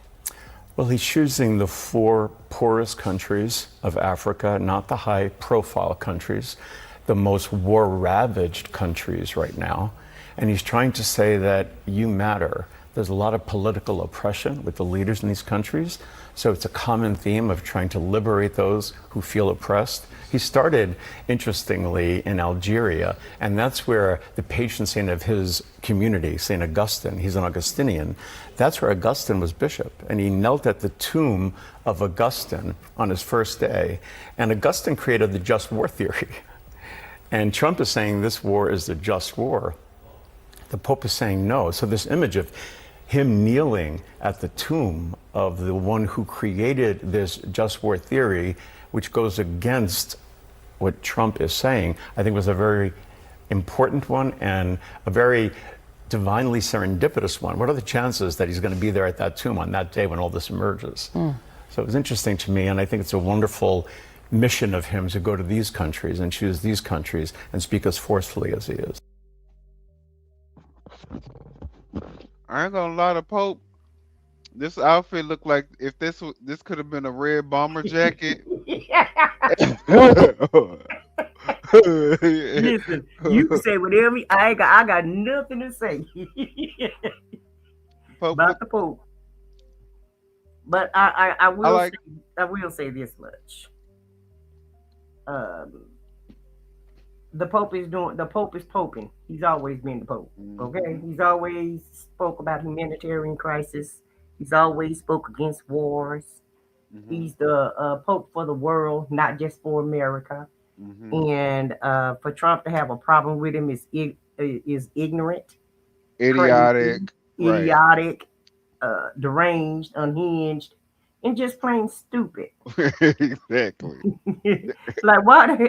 Out of all the people in America you can pick a fight with, and you pick a fight with a lot of people, the Pope is, the Pope should be off limits. So, but that just let everybody know that this guy is not a Christian like he play like he is. Okay? Yeah, there's no low that he won't sink down to. Like no low he won't sink to. So, but he literally went against every institution. I mean, that we have. I mean, from medical to education, the list goes on. Like housing, everything. Right. And people used to revere the Pope as the highest of the high. People had respect for the Pope. Now you got people talking about F the Pope. Right. To hell with the Pope. Just talking and crazy just to support Trump, because Trump decided to go against the Pope. They are willing to completely throw all of their religious, upbringing and respect for the Lord himself, right, just to support Donald Trump. It's insane, but it's just insane. Like you'll lay your Christianity down or lay it to the side just to support this dude over the Pope. Yeah, be finding yourself in the fiery gates of hell, right? Just because you want to be MAGA and support Trump. So do you? Yeah, do you? Well, he said he liked the low educated people, so it is what it is. Maybe that's one of the reasons why I feel like he's jealous of the Pope, because the Pope has so much respect, and so many people revere the Pope. And I'm not saying that everybody have the highest of the high respect, because you do have people that are atheists and Muslim and different religions, and so but it's a lot of people that support the Pope that don't support Trump. Okay? Right. And the Trump and the Pope favorability ratings are way higher than Trump's are. Trump's is in the 30s, the Pope is in the 80s. Like you just said, the Pope is global. Global. This man is just doing a piss poor. Well, if you call, making our dollar less valuable, making it more expensive for the American public, making America less safe, less credible place, closed straight, all these different wars, genocide happening that America is funding and financing. If y'all think that I mean, if y'all think that's what y'all wanted from Trump, then I guess he is doing for y'all a good job. But And here's the problem is right here with this comment. The Pope is not a bootlicker like the MAGA cult. And that's why Trump has a problem with him. Because the Pope won't kiss his butt. That's it. And that's it and that's all. Mm-hmm. That's it and that's all. And you know, the Pope don't have billions and millions of dollars to offer you, Trump. So right. You know. And at the end of the day, I'm not even Catholic, but I respect the Pope. I ain't stupid either. Right. It's the Pope. This is the Pope. That's and like he Buddha. Got my respect. Yeah. If there was a real Buddha around, do you think we'd be talking down on Buddha? No, that's their supreme leader. Like, no, baby, the Lord being too good to me for me to turn my back on him and to ride with some idiotic fool that want to turn on his people. And so, he, as a matter of factly, he admired him so much. He tried to make himself the Pope in so many words. Yeah, he did an AI image of himself as the Pope. He did an AI image of the Pope. So in my mind, you're jealous of the Pope. You really want to be in the Pope's shoes at the end of the day, and you can't be. You ain't good enough. Well, you know, he already said he don't know. He ain't going to heaven. So I don't think he. Well, we all know he ain't going. We all know where he going. Hey, Foxy Roxy. We all know. Fox. We all know where he going, and he do too. That's why he keep talking about, he know he ain't gonna make it to heaven, and he can't do it. He don't think he can do it good enough. It's nothing that he can do to make it to heaven, because he already know that he's living his heaven on earth right now. Not to be religious about everything, but we know what it is. Mm-hmm. We know exactly what it is, and he know what it is also. I was about to say he know what it is too. Yeah, and maybe that's why he's doing the most, doing anything under the sun, because he already know where his fate gonna lie. Yeah, he ain't got nothing else to lose. I guess you don't though. When you sell your soul, I guess you don't have nothing to lose. Mm-hmm. And that's basically what he's doing. He got a little time to get everything that he need to get done. Right. And he is doing what he got to do. Right. To, by any means necessary, have the best life he possibly can, because he know that once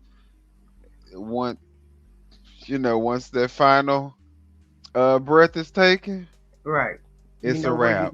That's right. And it's really a shame because, like I said before, you got more time behind you than you do in front of you. You still got time to repent and turn from your wicked ways. But I think that he likes this so much. Yeah, he enjoys it. He think it's funny.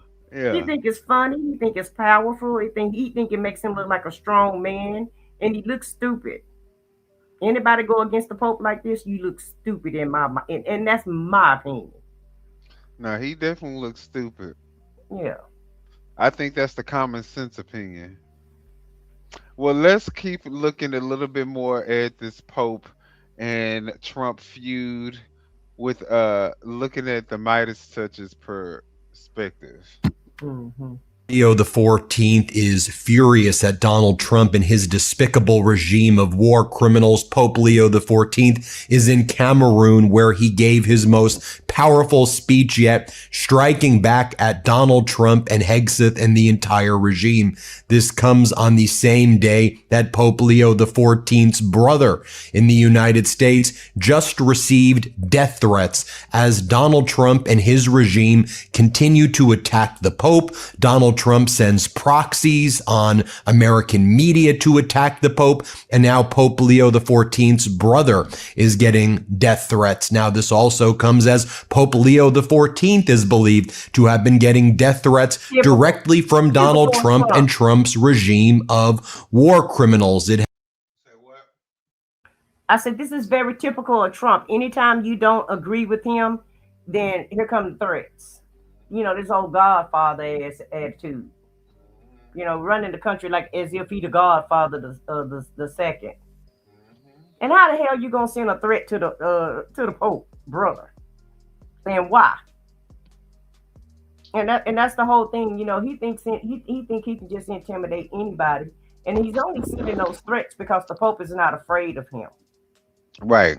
Okay. And I hope He- the Pope call him out every time he do anything. I hope the Pope call him out and put it out there in the world so we'll know exactly what's going on. And we know the Pope is not suicidal. That part. Not at all. And really, Agent Orange need to, he better check himself, because you got a lot of people that's unhinged, in America, because you done took the funding away from mental health, right? Mm-hmm. Okay, so you messing around with the wrong person, because somebody may take that the wrong way. I'm just saying. Has been reported that in January, the Trump regime summoned Pope Leo XIV's top ambassador to the United States and said that we will turn this Pope, we will turn this papacy into the same papacy in the 14th century where the French killed the Pope in Avignon, the Avignon papacy. And that's what we're going to do to Pope Leo XIV if you don't get in line. If he continues to criticize Donald Trump, if he's not going to show up to the American 250th anniversary, if he's going to continue to be critical of what we're doing.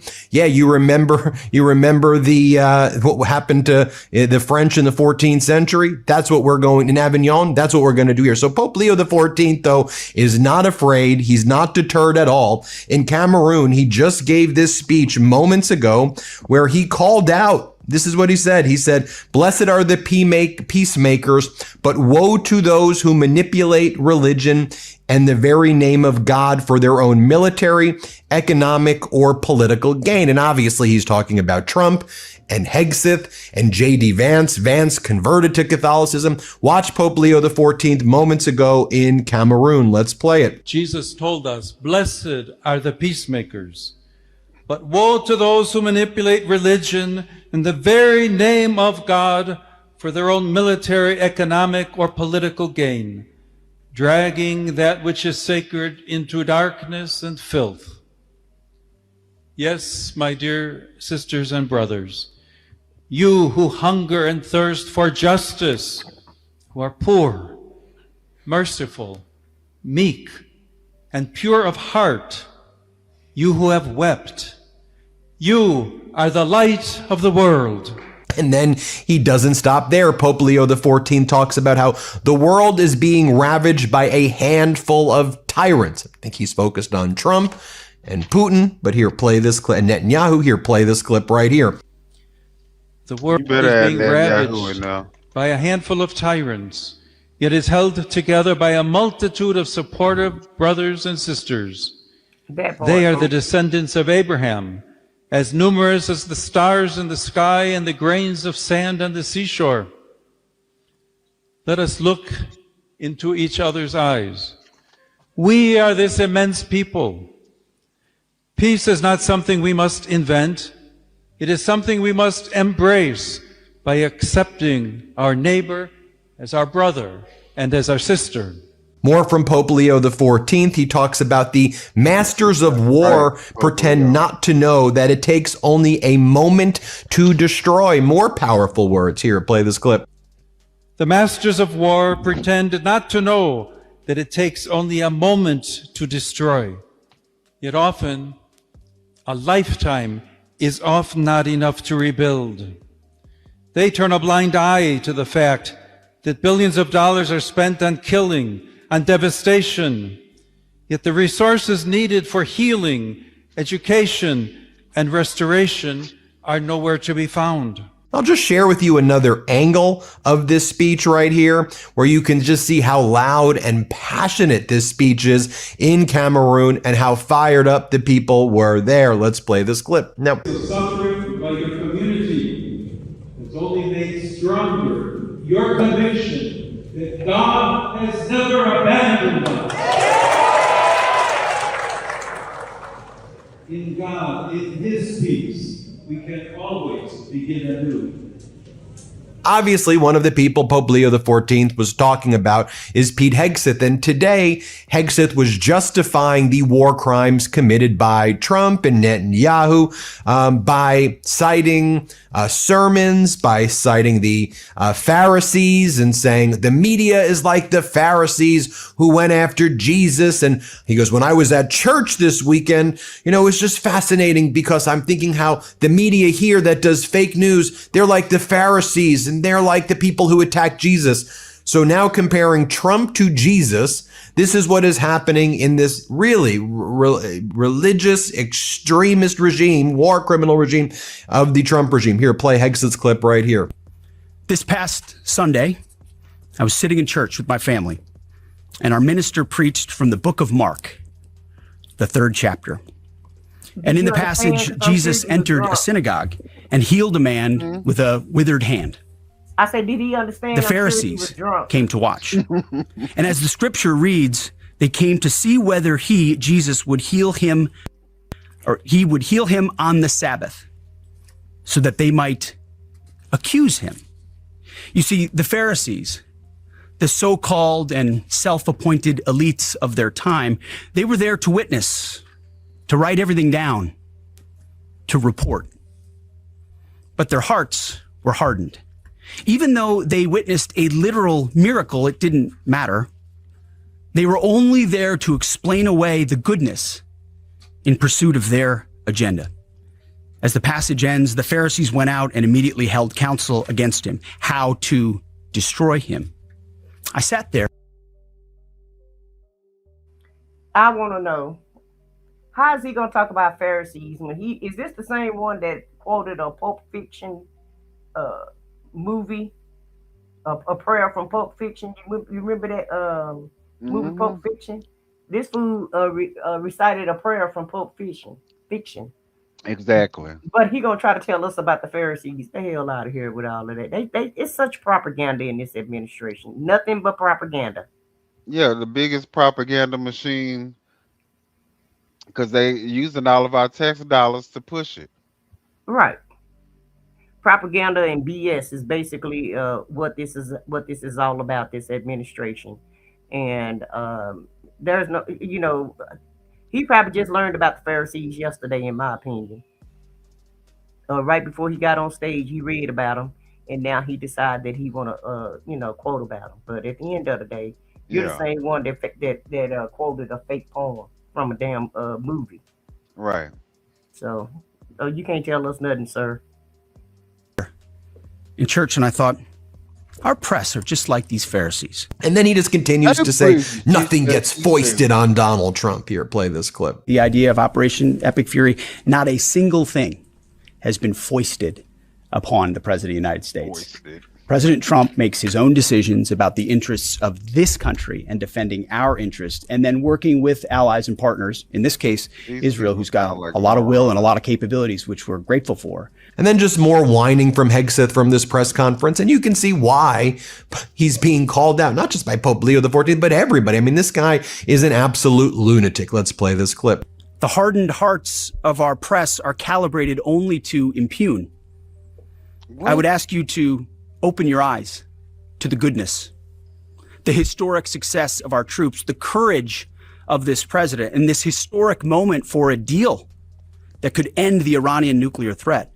The incredible battlefield victory laid before your eyes. The not one, but two incredible rescue missions, miracles. And meanwhile, you have all of these MAGA Republicans attacking Pope Leo XIV and saying, oh, you deserve to be ridiculed by Donald Trump. You deserve to have Donald Trump, because Trump's been saying Pope Leo XIV is a bad pope and he better get his act together or else. And of course, threatening Pope Leo XIV's life, as I mentioned before. And that's what Trump's been doing every day. Attack on Pope Leo XIV. And then Donald Trump has sent his proxies now to attack Pope Leo XIV. And by the way, now Donald Trump and his regime, they have abruptly canceled millions of dollars worth of contracts with the Catholic Church. For example, that shelter and care migrant children who enter the U.S. alone. The U.S. government has abruptly decided to end more than 60 years of a relationship with Catholic charities in the Archdiocese of Miami. The Archdiocese of Miami services for unaccompanied minors have been recognized for their excellence and have served as a model for other agencies throughout the country. Here is Elise Stefanik, Catholic, and she's like, of course Donald Trump's going to attack the Pope. If you get political, Pope, you deserve it. And the Pope's like, I'm not getting political. I'm literally talking about decency. I'm not even talking about Catholicism, right? I mean, Pope Leo XIV like, empathy. Let's be loving. Let's not go to war. War crimes are bad, right? And then Donald Trump and his regime like, stop talking about us. Doesn't that tell you everything about this regime? Here, play this clip of Elise Stefanik. I don't want to see the Pope as a politician. And, you know, the president, we know his leadership style. He is going to stand strong for the American people. And the president of the United States is a political figure. Of course, he's going to be engaged in politics when he's politically attacked. I don't want to see the Pope get involved in domestic politics. What I think we can highlight as Catholics, for myself, is the increased number of new Catholics entering the church. And that's a great success for the Catholic Church long term. Another clip of Elise Stefanik. Here, I'll show you this. And it is Republicans who are Catholics who are also coming out against that. The Pope should not be attacking. The Pope, from my perspective, should not be engaging in political attacks. I don't want to see the Pope as a politician. I want to see the Pope continue to focus on this resurgence that we're seeing in the Catholic Church. On the gospel, as he has said. He says, I'm not getting involved in politics, I'm focusing on the gospel. You don't see it that way. I don't believe that the Pope should function as a politician. President Trump is a political leader, and he is a strong political leader. So I was disappointed to see that attack from the Pope. And I know CNN wants to continue to focus on these tweets. This is what has been happening for the past 10 years. Look at the results. Look at historically the historic number of support from Catholics for President Trump, from Catholics for House Republicans as well. And you had MAGA Mike Johnson attacking the Pope. This is like the main position right now of MAGA Republicans, right? Like one of the things they've talked about, right? Cover up the Epstein files, attack the Pope. Here, play this clip of MAGA Mike Johnson during his press conference. Let's play it. A pontiff or any religious leader can say anything they want, but obviously if you wade into political waters, I think you should expect some political response, and I think the Pope's received some of that. I was taken a little bit aback, just honestly, frankly, by something that was said. I think he said several days back that something about those who engage in war, that Jesus doesn't hear their prayers or something. It is a very well settled matter of Christian theology. People. Yeah, they will say and do anything for this dude. There is no low that they won't go. And he's supposed to be a Christian now. She said she was a Catholic. Glenn Stefanik. She's a whole Catholic. These are people. and the Pope can get it too. Yeah, the Pope can. Yeah, anybody can catch a stray when it comes from this administration. Anybody can catch a stray. Yeah. And don't get me wrong, Dead Man Live. We understand that the Catholic Church had their problems with kids. So we're not talking about that. We're talking about the highest of the high in the church as far as the Pope goes, because the Pope is globally. He's not just standing for America. He's standing for everybody. And so he didn't mess with the children. He just became the Pope. So he don't have anything to do with what the Catholic Church done. And at the end of the day, that's in every church, to be honest. Y'all can talk about. It ain't just the Catholic Church. We got these Baptist preachers being arrested day in and day out, especially in Texas.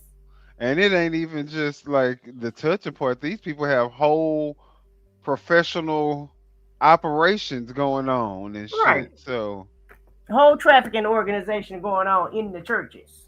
And that's one of the reasons why a lot of people don't even go to church now, because of all the mess that's in the church. So it ain't just the Catholic Church.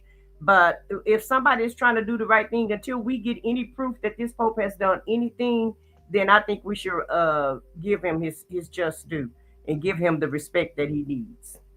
Because he had nothing to do with what the Catholic Church did in the 80s, 90s, and 2000s. This guy just and the fact that they would even bring that up as an argument for Trump to be able to attack the Pope is again crazy. This is cult-like behavior where these people don't have any critical thinking skills and they're not thinking rationally and with the limited brain cells that they But at the end of the day, if you're going to talk about the Pope touching on kids, well, Trump has the same accusations. Hello. And not Okay. only that, we talking about if we talking about the Catholic Church and those accusations, those were really decades ago.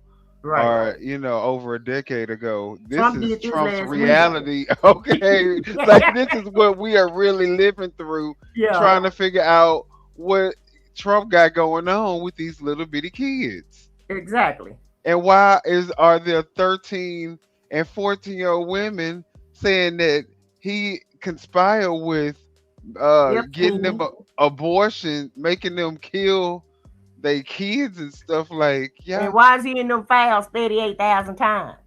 The Pope more ain't than in that. I know one thing, the Pope ain't in the Epstein files. Not one time. Is y'all being Trump in there? Pharisee Trump is in the Trump is in the Epstein files more than anybody. He in there more than Epstein, ain't he? Yeah, they say his name appears more than Epstein's name. How the hell you gonna be in there more than the person that the files are about? I told you these are Trumpstein files. These ain't no Epstein files. These ain't no These Epstein are the files, Trumpstein files. Okay. So for All anybody in the files, all in the video. For someone to bring that up as an argument on bring why that up. y'all are foolish. Right. Oh, but you need proof, and you got all the proof in the world. All these pictures of Trump palling around with Epstein on the island, on the plane with the children. Yeah. Oh, that's still not going. They gonna be able to see Trump probably doing in the act the illegal, disgusting act, and they'll probably blame it on AI or something, just so that they don't have to. Yeah, that's AI. Just so that they don't have to actually accept it, because these are cult members that can't think for themselves, and their only purpose to exist is to serve their master Trump. All I know is Trump, Biden ain't in the files, Obama ain't in the files, Kamala not in the files, and the Pope ain't in the files. Neither is his brother. But who's in the files? All the administration, including Trump and Melania. Okay. All of them. Okay. Me don't know. We pal around with friends. We were fiends of Epstein. We was in these same circles. Right. Exactly. So, yeah. Well. There's something called the just war doctrine. There's a time to every purpose under heaven. I think what the president's comments, what the vice president's comments reflect is their understanding deep in the, the skiff and the classified briefings of the stakes that are so high and the situation that we're facing, and the fact that you had the nation that was the largest sponsor of terrorism now having had that ability taken away from them. That means potentially millions of innocent people will be able to keep their lives and not be killed by terrorists. That's a good thing. That's what's come out of this. Okay. Woohoo! So I don't want to engage in a theological. MAGA Republican Congress member Troy Nels. Let's play it. Any reaction to Donald Trump's? I know, Patrick, and it's embarrassing that he's my president. I probably say the Pope needs to keep his business into leading his flock, so to speak. Leading the church, and probably stay out of the political arena. He doesn't need to be getting involved in the political arena. Go lead your church, but stay out of the politics. Right? We didn't elect the Pope to be the president or be the anything else. So just keep his nose in the church's business and stay out of the political arena. What do you see his role as sort of leading his flock away? No, lead his flock. Well, let's focus on just behavior, doing everything else. Just focus on your flock. And Donald Trump is our president. It's not the Pope. I didn't elect the Pope to be president. Thank you, Congressman. MAGA Republican Congress member. Hold on. And we didn't elect the president to jump into put on the Pope robe and had either. Hello, and act like he was Jesus. And act like he was Jesus healing people. So we voted for a president, not a motherfucking savior, healer, Christ-like figure. Right. That we should be worshiping and shit. So how about everybody stay in their place? How about that? But more importantly, the president. Because one thing about it is, God know how to fight his own battles. He don't need That us to part. fight his battles. That part. But Well, I gotta give it to him. He got some balls messing with the Pope, okay? Because we know who the Pope know. And he's talking about Trump is your president, and yes, he is. He is the president of the United States, and it's a whole total embarrassment, disgrace. Okay, it's a total disgrace for him to be the president of the United States, and how stupid of people to put his ass in office, knowing that he's a 34 count felon that was on Epstein's island, that's mentioned 38,000 times, that post on social media every minute on the minute like he's a damn teenager. So yeah, that's who the fuck we have for a president that's starting a war, that's stealing everybody's money, taking all of your money and giving it to a damn country that want to start a war with somebody that they can't even fight, and they need the United States to help them out. So he the only idiot out of 40 years that went ahead and his own people. he the only one that fell for the okie doke. So yeah, that's exactly who the fuck we have as a president. Who would put our own innocent American lives on the line just to support somebody. And again, what are we getting out of this? Higher gas prices? Not a damn thing. High blood pressure. High blood pressure. And no every medical. other disease. We losing all our fucking medical benefits. Right. All of our social benefits, and yeah, this is treason against America. Exactly. Jimenez, I'll play you this clip right here. What do you make of Trump's attacks on the Pope over the weekend? I have a difference of opinion. Difference of opinion? Yeah. Okay. You for the Pope or you for Trump? I'm for the Pope for spiritual things, and I'm for the president for political things. Thank you, Harrison. By the way, this is what Tucker Carlson had to say earlier today about Donald Trump and his regime. Here, let's play this clip. What is the civic religion of the United States? What's the religion of the U.S. government? What's the religion, honestly, of Donald Trump? It's not Christianity, clearly. It's Israelism. It's the defense of Israel. Thank you, Tucker. Not Israelism. Israelism. Baby. Come on, Tucker. And finally, here's what AOC had to say. Here, play this clip. Congresswoman, any remarks or any reaction to Trump's attacks on the Pope over the weekend? I know. At the point that you're attacking the Pope, who do you think has moral authority in this situation? You know what I mean? By the way, in contrast, do you know what they're saying in Iran? Like, Iran's president posted the following the other day. Your Excellency, Pope Leo XIV, on behalf of the great nation of Iran, I condemn the insult to your Excellency and declare the desecration of Jesus, peace be upon him. The prophet of peace and brotherhood is unacceptable to any free person. I wish glory to you from Allah. Or you have MB Ghalibaf, the leader of Iran's parliament, responds to Donald Trump's attacks on the Pope. And here's what he has to say. Honoring Pope Leo's fearless stand, I have no fear, echoes as he condemns the war crimes of Israel and the U.S. The slogan lights the path for all who refuse to stay silent on the killing of innocents. The Pope's leadership inspires millions. Thank you for your light. And again, what Trump says, Leo doesn't understand and shouldn't be talking about war. He shouldn't be talking about any other issues about migrants. He should stay in his lane, okay? He doesn't understand what Iran is doing. He says, Prime... Okay, so yeah, this is pretty much... ridiculous. Yeah. Just the fact ridiculous. that we're having a conversation about the damn president going against the damn Pope. Yeah. Who would ever imagine? But you want to know what? This type of shit that they like. And then somebody talking about the Democratic Party founded the KKK. So, well, you know what happened? And you know where else they went after they figured out the Democrats was going to be okay with integrating black people and stuff? They went to the Republican Party. So now the Republican Party is full of the KKK. Okay. So now what you want us to do about that? We're not joining y'all. Right. You want us to join the same party that they currently They put that same. You want us to be in the same party that they are currently a part of? They put the same BS in the chat every week about the KKK. Yeah, like they not the KKK. Right. Like the whole damn administration ain't giving KKK all the way vibes. Okay, because this is How the many most black women administration. done lost their job? Over 650,000 black women done lost their job since this joker came in office.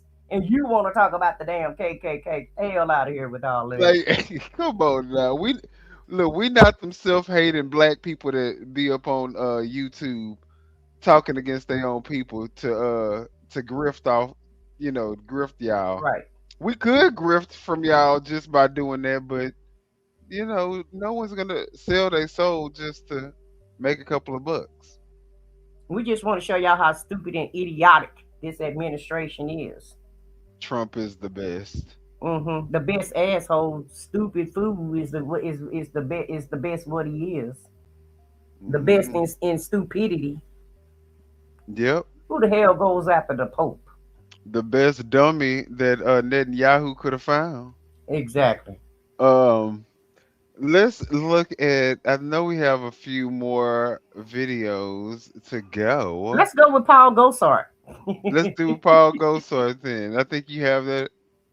Yeah, this is the Arizona senator from Arizona at his finest. This is the. Y'all tell me if y'all feel like he's sober or that was not. pretty weak. This is him at Turning Point. You did better welcoming for Donald J. Trump. Yeah, that's what I'm talking about. Now this man's such a pussy, just like all the rest of these no balls having Republicans that have been now they just serving this fucking foot area rugs for the damn Just look at him. I used to work in the mental health field. And if I didn't tell you it was patients walking around looking like this every day. Every day. Look at him. Now he's at a whole convention looking like this. And listen to how he sounds, y'all. This is Turning Point USA. This is what Turning Point. Erica Kirk and Charlie Kirk's wife. And smoky-eyed JD Vance.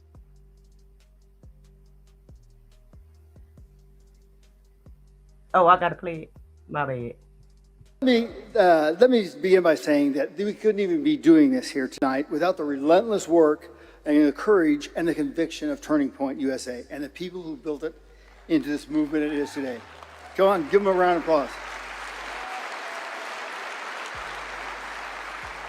Give it up for Erica Kirk for stepping up, leading strong, and carrying that torch. Look at him. We miss Charlie, but his legacy is alive in every single one of us. And I want to thank Tyler Boyer for helping build this powerhouse from the ground up and staying strong through the thick and thin.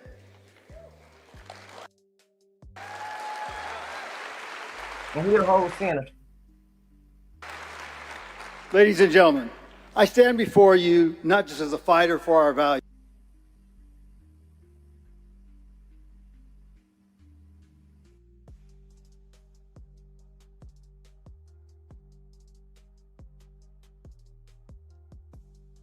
Is it still playing? No, I don't hear anything. I don't know what's going on with it. Let me bring it down and bring it back up.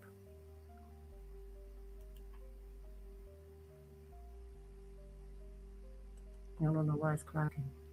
Hold on.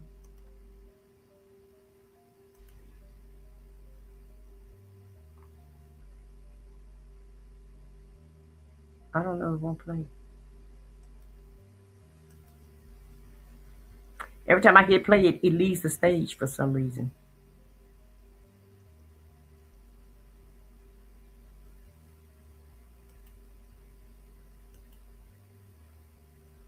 Can you hear anything on it? Oh no. No, I don't either. Let me try to move it up some. Time. One community at a time. Brick by brick. Build that wall. Absolutely. Brick by brick.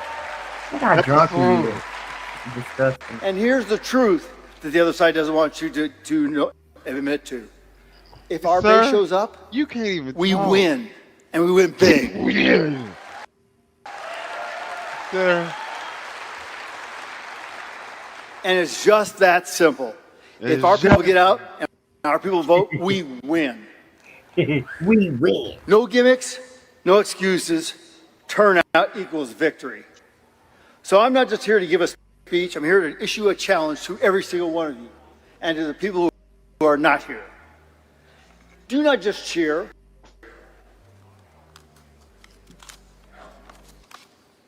Sticky papers.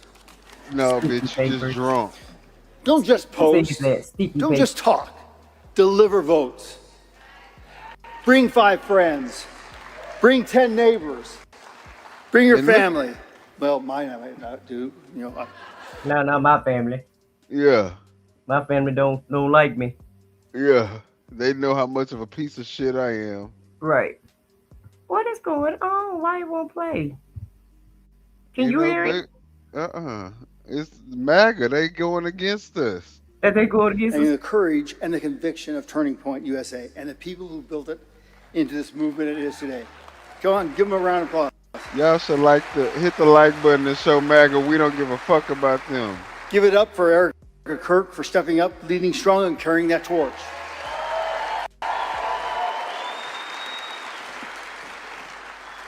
We miss Charlie, but his legacy is alive in every single one of us.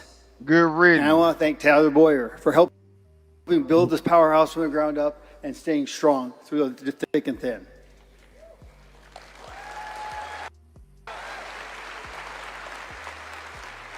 Ladies and gentlemen, I stand before you not just as a fighter for our values, but as the now dean of the Arizona Congressional Delegation. Yeah, can you believe it? You wink and you blink and you're 16 years old. Let's play something else because it just keeps stopping.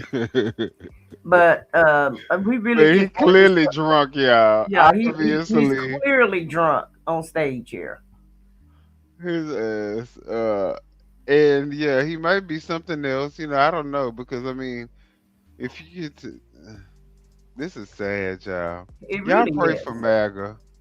One of the last. I know we have a lot of videos, but it's getting a little late. Yeah, let's go play one more, then we'll be out here.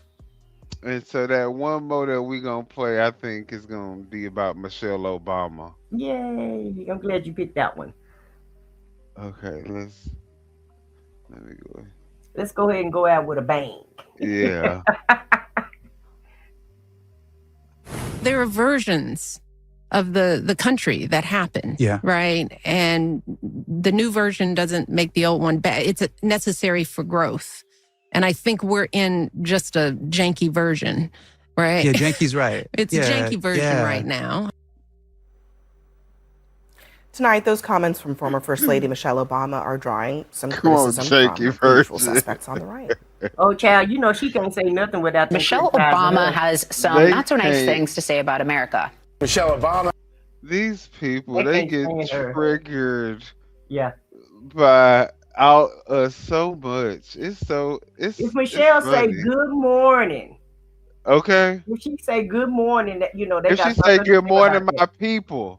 Yeah. They gonna say, "Oh, she was only trying to signal her own people. She's being divisive." She's being divisive. Even though they divisive every day. Right. Taking a jab at America, shocking, under President Trump's leadership. I don't care what Michelle Obama has to say, but that arch is someone who's lived in D.C. for more than 30 years. You know, Clay, for a woman who has everything, why is she always so miserable? She's not miserable. Well, I guess maybe there's I have to say the same thing about Agent Orange. Why all the always things crying? that the current president in the White House has said about this country. All right. We are a nation in decline. We are a failing nation. Our country is an embarrassment. This country has gone to hell.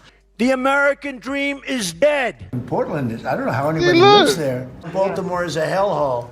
Chicago is the worst. These places are really bad. Washington, D.C., which are a horror show. We're like a garbage can for the world. Under Biden, the USA has been turned into a dumping ground. Today, we're like a third world country. Our country is being destroyed by stupid people. Wow. Agree. Yeah, you the ringleader. Starting with him. Exactly. I mean, I don't care what Michelle Obama said, and honestly, like, it's really not that big of a deal, but I continue to listen to it because I saw it was a topic tonight. And she went on to say, I'm really digging how people are responding to this administration. And that really bothered me because I don't know if you're turning on other news channels, but Charlie Kirk was murdered. Savannah Hernandez was beat up by a fat, angry man in Minnesota. You think she was talking about Charlie Kirk being murdered? No, when but she said said, that? no, she went on to talk about how people are resisting the Hold on a administration. second. She talked about Minneapolis. I talked about Right. people showing Let's up in not- Minneapolis. okay, And let's people not are be- violent, I'm sorry, and we but- all saw Savannah. 47 people have died in ICE custody under Trump. Let's not be You want to talk about her violence? to the ground, 250-pound man shoving a woman on the ground is not an appropriate Emily, I'm sorry, but response. let's not be ridiculous. I She think is it's being very obviously rational. she is obviously not talking about Charlie Kirk's murder. That was one She example I is gave. talking Oh, about Shirley Jews hunted not down. ridiculous. using their That's all they know how to be constitutional is rights ridiculous. to protest Peacefully against, to I think the peacefully No King protest protest against things that they don't really like. violent. And But I'm she's not talking using about the her No King constitutional protest, but I think right that's what one to describe. describe. Okay, but being you're beat Hold on a talking about second. Minneapolis, Hold where on a we also second. saw 2 American citizens be murdered in the streets. We also And saw I these mean, come on, protesters that's what like she's talking Alex about. We're Brennan in a spitting on janky ICE period of agents America coming with a where we're gun, seeing but let's not go American there. citizens I mean, be Emily, targeted did she and mention shot. any of the things that words that you're putting No, in she your mouth? mentioned In her Minnesota, mouth? which I thought was ironic given what just happened to Did she mention Savannah. any of This the is all words? I over think the she was news talking about today. the killings of Renee Good and Alex But Preddy. she didn't And I will- say that. So the way you She was interpreted talking it, about She didn't people what in you Minneapolis said, you showing up dumb in defense bimbo. of their Going out in community. defense of their but they are communities. not peacefully defending a community. They were are very- beating up they were people. very I watched peaceful. the footage. Right. There I was no watched the need Right. for those footage 2 of people to 3 die. people agreed, and you could also simultaneously agree This is that people in ridiculous. Minnesota Honestly, this is beating up ridiculous. conservative What I Can will say somebody is that put a I muzzle on they this? can both Let's pivot. pivot. Let's Let's pivot real quick. Let's I move thought on that- from that, I because thought I that think that's what just she was getting at nonsense, is that I actually found what she was saying to be incredibly hopeful. She's saying that no matter how bleak it feels right now, that she's betting on the power of America, that we can always course correct. That even if things feel dark right now, I hear your it translation. is a janky, broken period for America. I totally agree. The fact that they can be so diplomatic and nice while she's saying the stupidest shit. Right. Like, me. because I wouldn't even be able to respect this bitch as another panel member. Like, somebody get her off of this show, because how am I sitting next to this and trying to have an intelligent conversation or intelligent, meaningful debate when you have somebody who is just literally spewing out the stupidest stuff and then gonna tell you that's not what she said, that didn't come out her mouth, but none of the stuff that count, none of the stuff that you are comparing has anything to do with what her speech was about. So, agree with you. Totally agree with you. And the fact is that Michelle Obama, for a long period of time from conservatives, has gotten just an unfair, I mean, they've talked about her looks. They called her out her name. They called her an ape. They called her a monkey. Michelle Obama is And one Melania of, spared from that? It's every first lady that gets scrutinized. we're not necessarily talking about the same thing, but I'm going to finish. Michelle Obama is one of the most talented people we have who've entered this political sphere. She's very educated. She's very well spoken. She's a beautiful woman. And all she's doing is speaking her mind right now. She speaks the English language and people understand the words that are coming out her mouth. And she's highly educated. Highly educated. Something Melania could never, ever, will ever be able to call herself. Hold on. Can we see Melania's high school diploma? Do she got a high school diploma? Can't we see her what her gender was when she was born? While we talking about everybody else looking like men. Right. Let us see her birth certificate. And the trouble that Republicans have, and the trouble that you have, Emily, it's fascinating to watch, is that when you have a black woman who is speaking her truth. This is not about skin color, but No, I'm just saying. Because everyone has this same, it's the same reverberation. When you have a black woman that's speaking her truth the way that she is, with the power that she is, with the education that she does, there's no comparison between Michelle Obama and Melania Trump. You want to talk about education level? You want to talk about job I'm just not playing attainment? identity politics. I think Gavin Newsom's wife is an idiot too, and she's white. We're not even talking about identity. We're talking about achievement. We're talking about the fact that she has a JD. I never knocked on that. No. We're talking about she has a JD. We're talking about the fact that she's never posed nude. That's We're talking lovely. about, but that's the difference. She's between never the two. had to deny. And she's never had to knowing deny Jeffrey Epstein. I don't recall knocking on any of that. I simply said I find it disturbing that today of all days she mentioned Minnesota. And the crazy thing about it, when I said that, you said identity, and I'm like, no. Because you happen to mention that she's black, and I don't care. I actually think she might be a lovely woman. The achievement of the. Yeah, but we being black people, we care because she's the first representation of a black female in office that we have to draw from. So we think that that is significant. We don't give a fuck if you like it or not, or if you care, quote unquote, care about it, because I think you do care about it. And I think you judge her based off of her skin color. Basically. Achievement of Michelle Obama intimidates many people on the right, and that's okay. You know what she's doing tonight? She's probably having a little cranberry and Tito's and having a good time, understanding that it drives you all. She is a private citizen. That's the last word, everyone. Thank you. We'll be back in a moment. All right, well, that was our Michelle Obama debate. Okay, it's always something with the Obamas. They are so jealous of the Obamas. They like, because these people are highly educated, more qualified than any other president. Well liked. Approval rating still in the 80s. Okay. Meanwhile, Agent Orange approval rating in the 30s, and Obama haven't been the president in a whole decade, and he's still more popular than Trump, and that's what. And he still lives rent free in Trump's head. And Biden do too. Yeah. This fool still talking about Biden. We're on almost year 2 in your presidency, and you're still trying to blame Biden for everything. Now, Y'all done won so much. Y'all have been winning so much since y'all done got in the office. I don't even see how the hell Biden, Obama, or any other past president is even the topic of conversation, because y'all winning so much. Why don't you just focus on all the wins that you have coming? And why are they so angry? And why y'all so angry? Yeah, why they so angry and hateful? I don't understand. You got everything you want. So make that make sense. That part. But I agree wholeheartedly with Michelle Obama. This is probably the jankiest that America has ever been. All right. So and somebody put in the chat.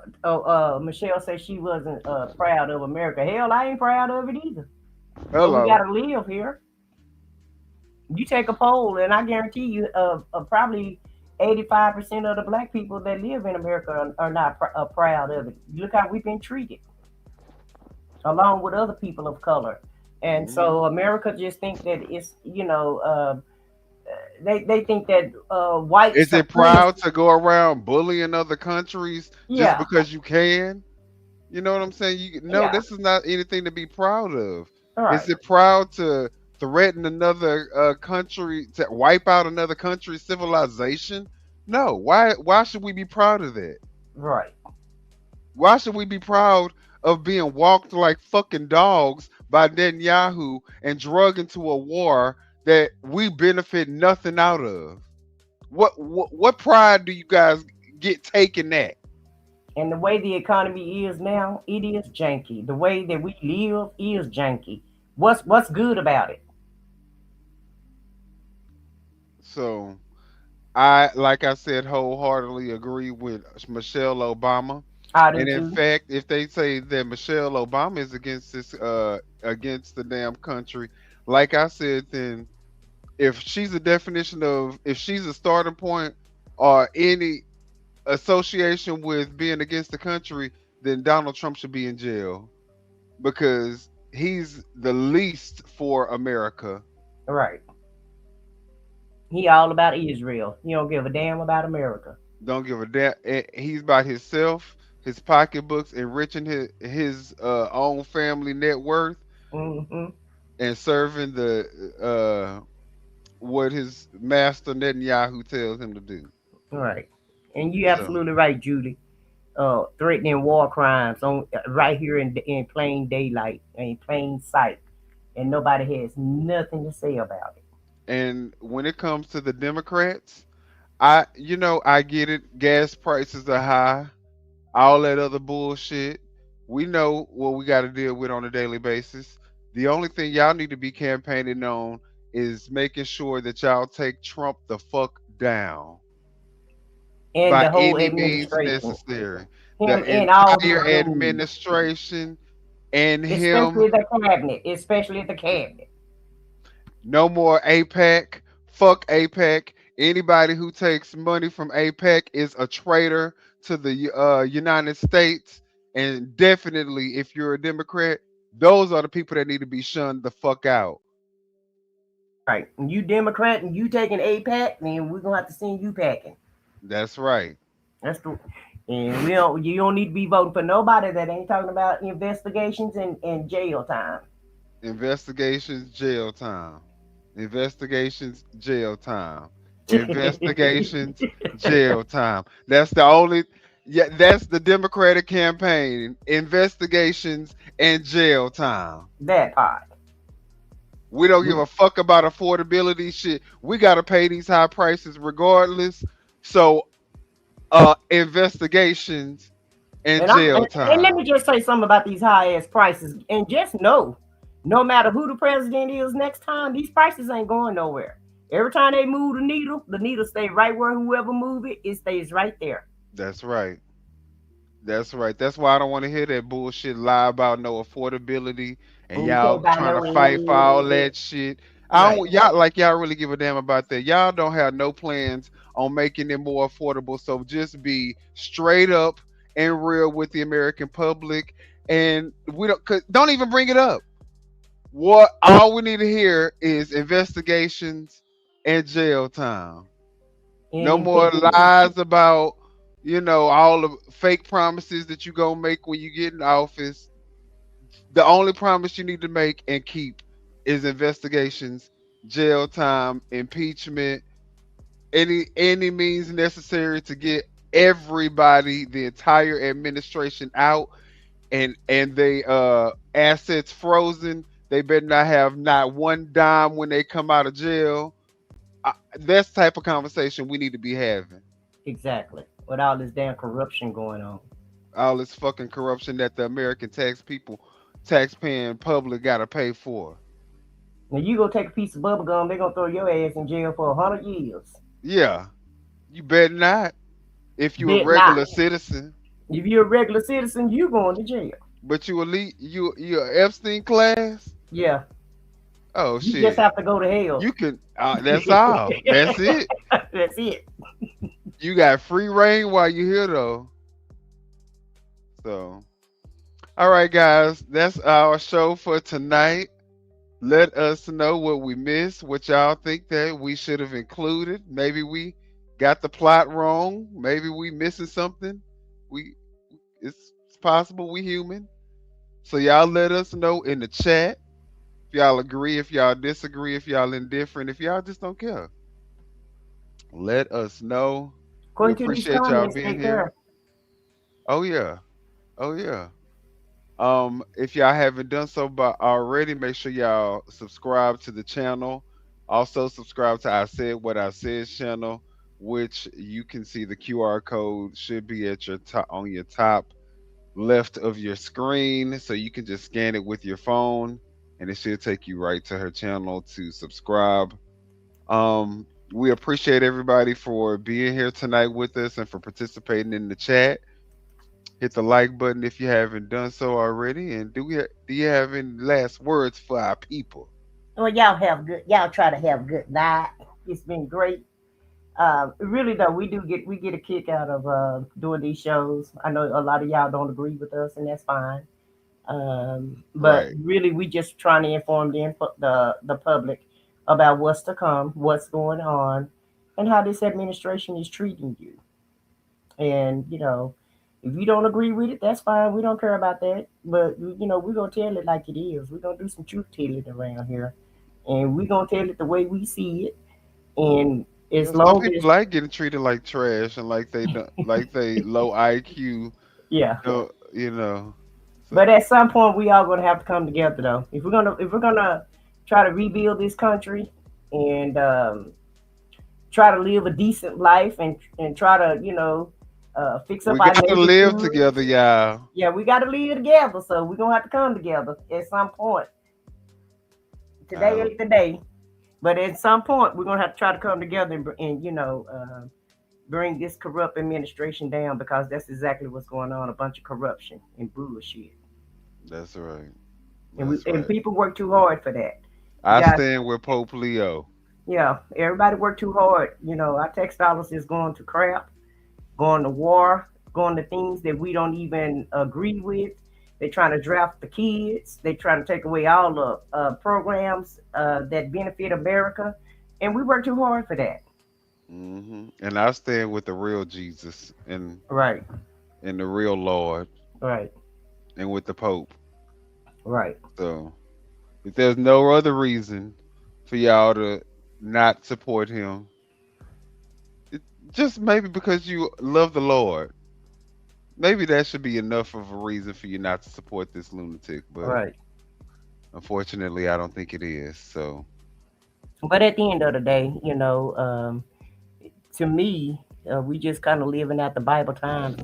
They're going to always be fighting over religion, and that's what this is about. Also, in my opinion, religion and money and power, and it's been that way for over 2,000 years, and it's going to stay that way until the end of time. So.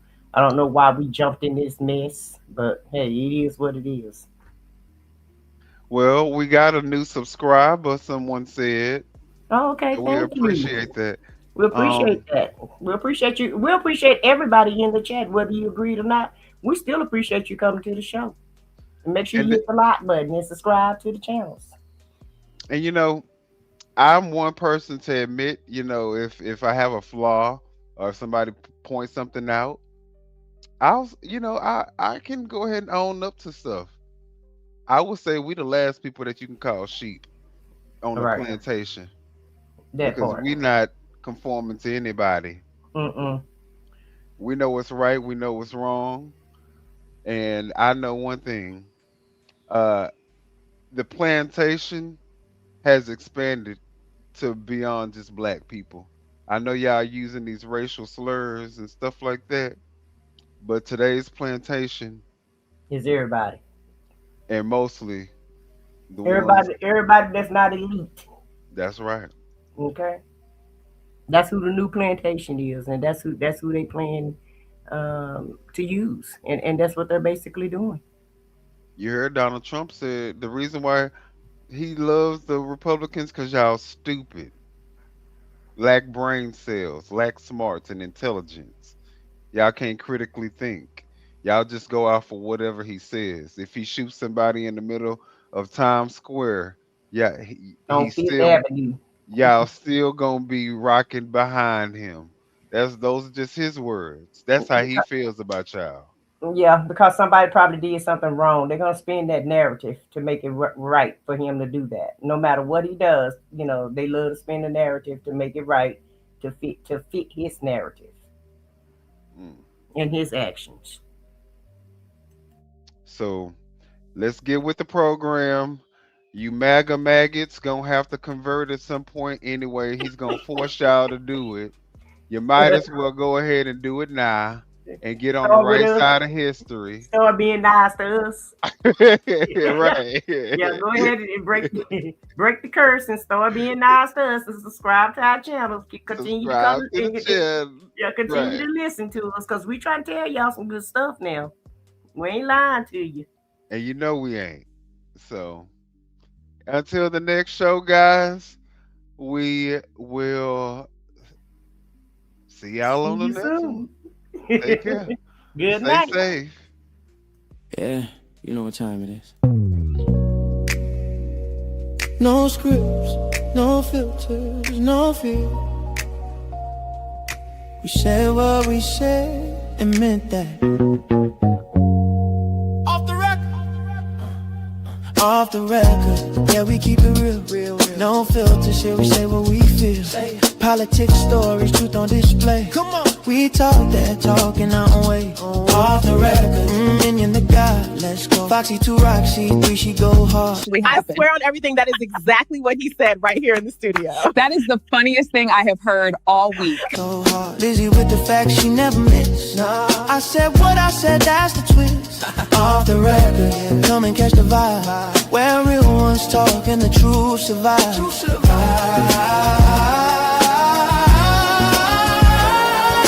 Late night truth, we don't just speak. Nah. We pull the roots from what they keep. From pain to progress, we light the flame. No spin, no script, we call it by name. Minion bring the vision, Foxy bring the flame.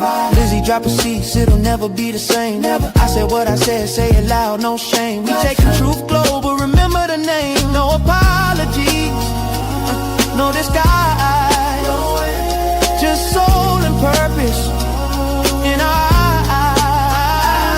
We move with power, bold and free. Say it loud, you gon' feel this energy.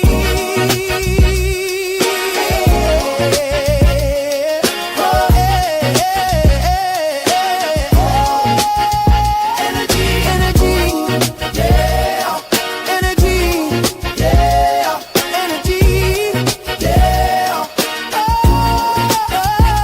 Off the record, uncut and raw.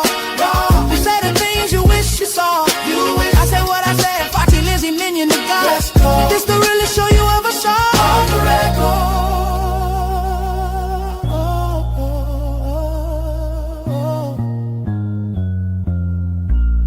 We said what we said. Off the record.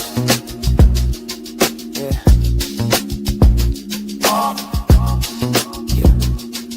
We said what we said.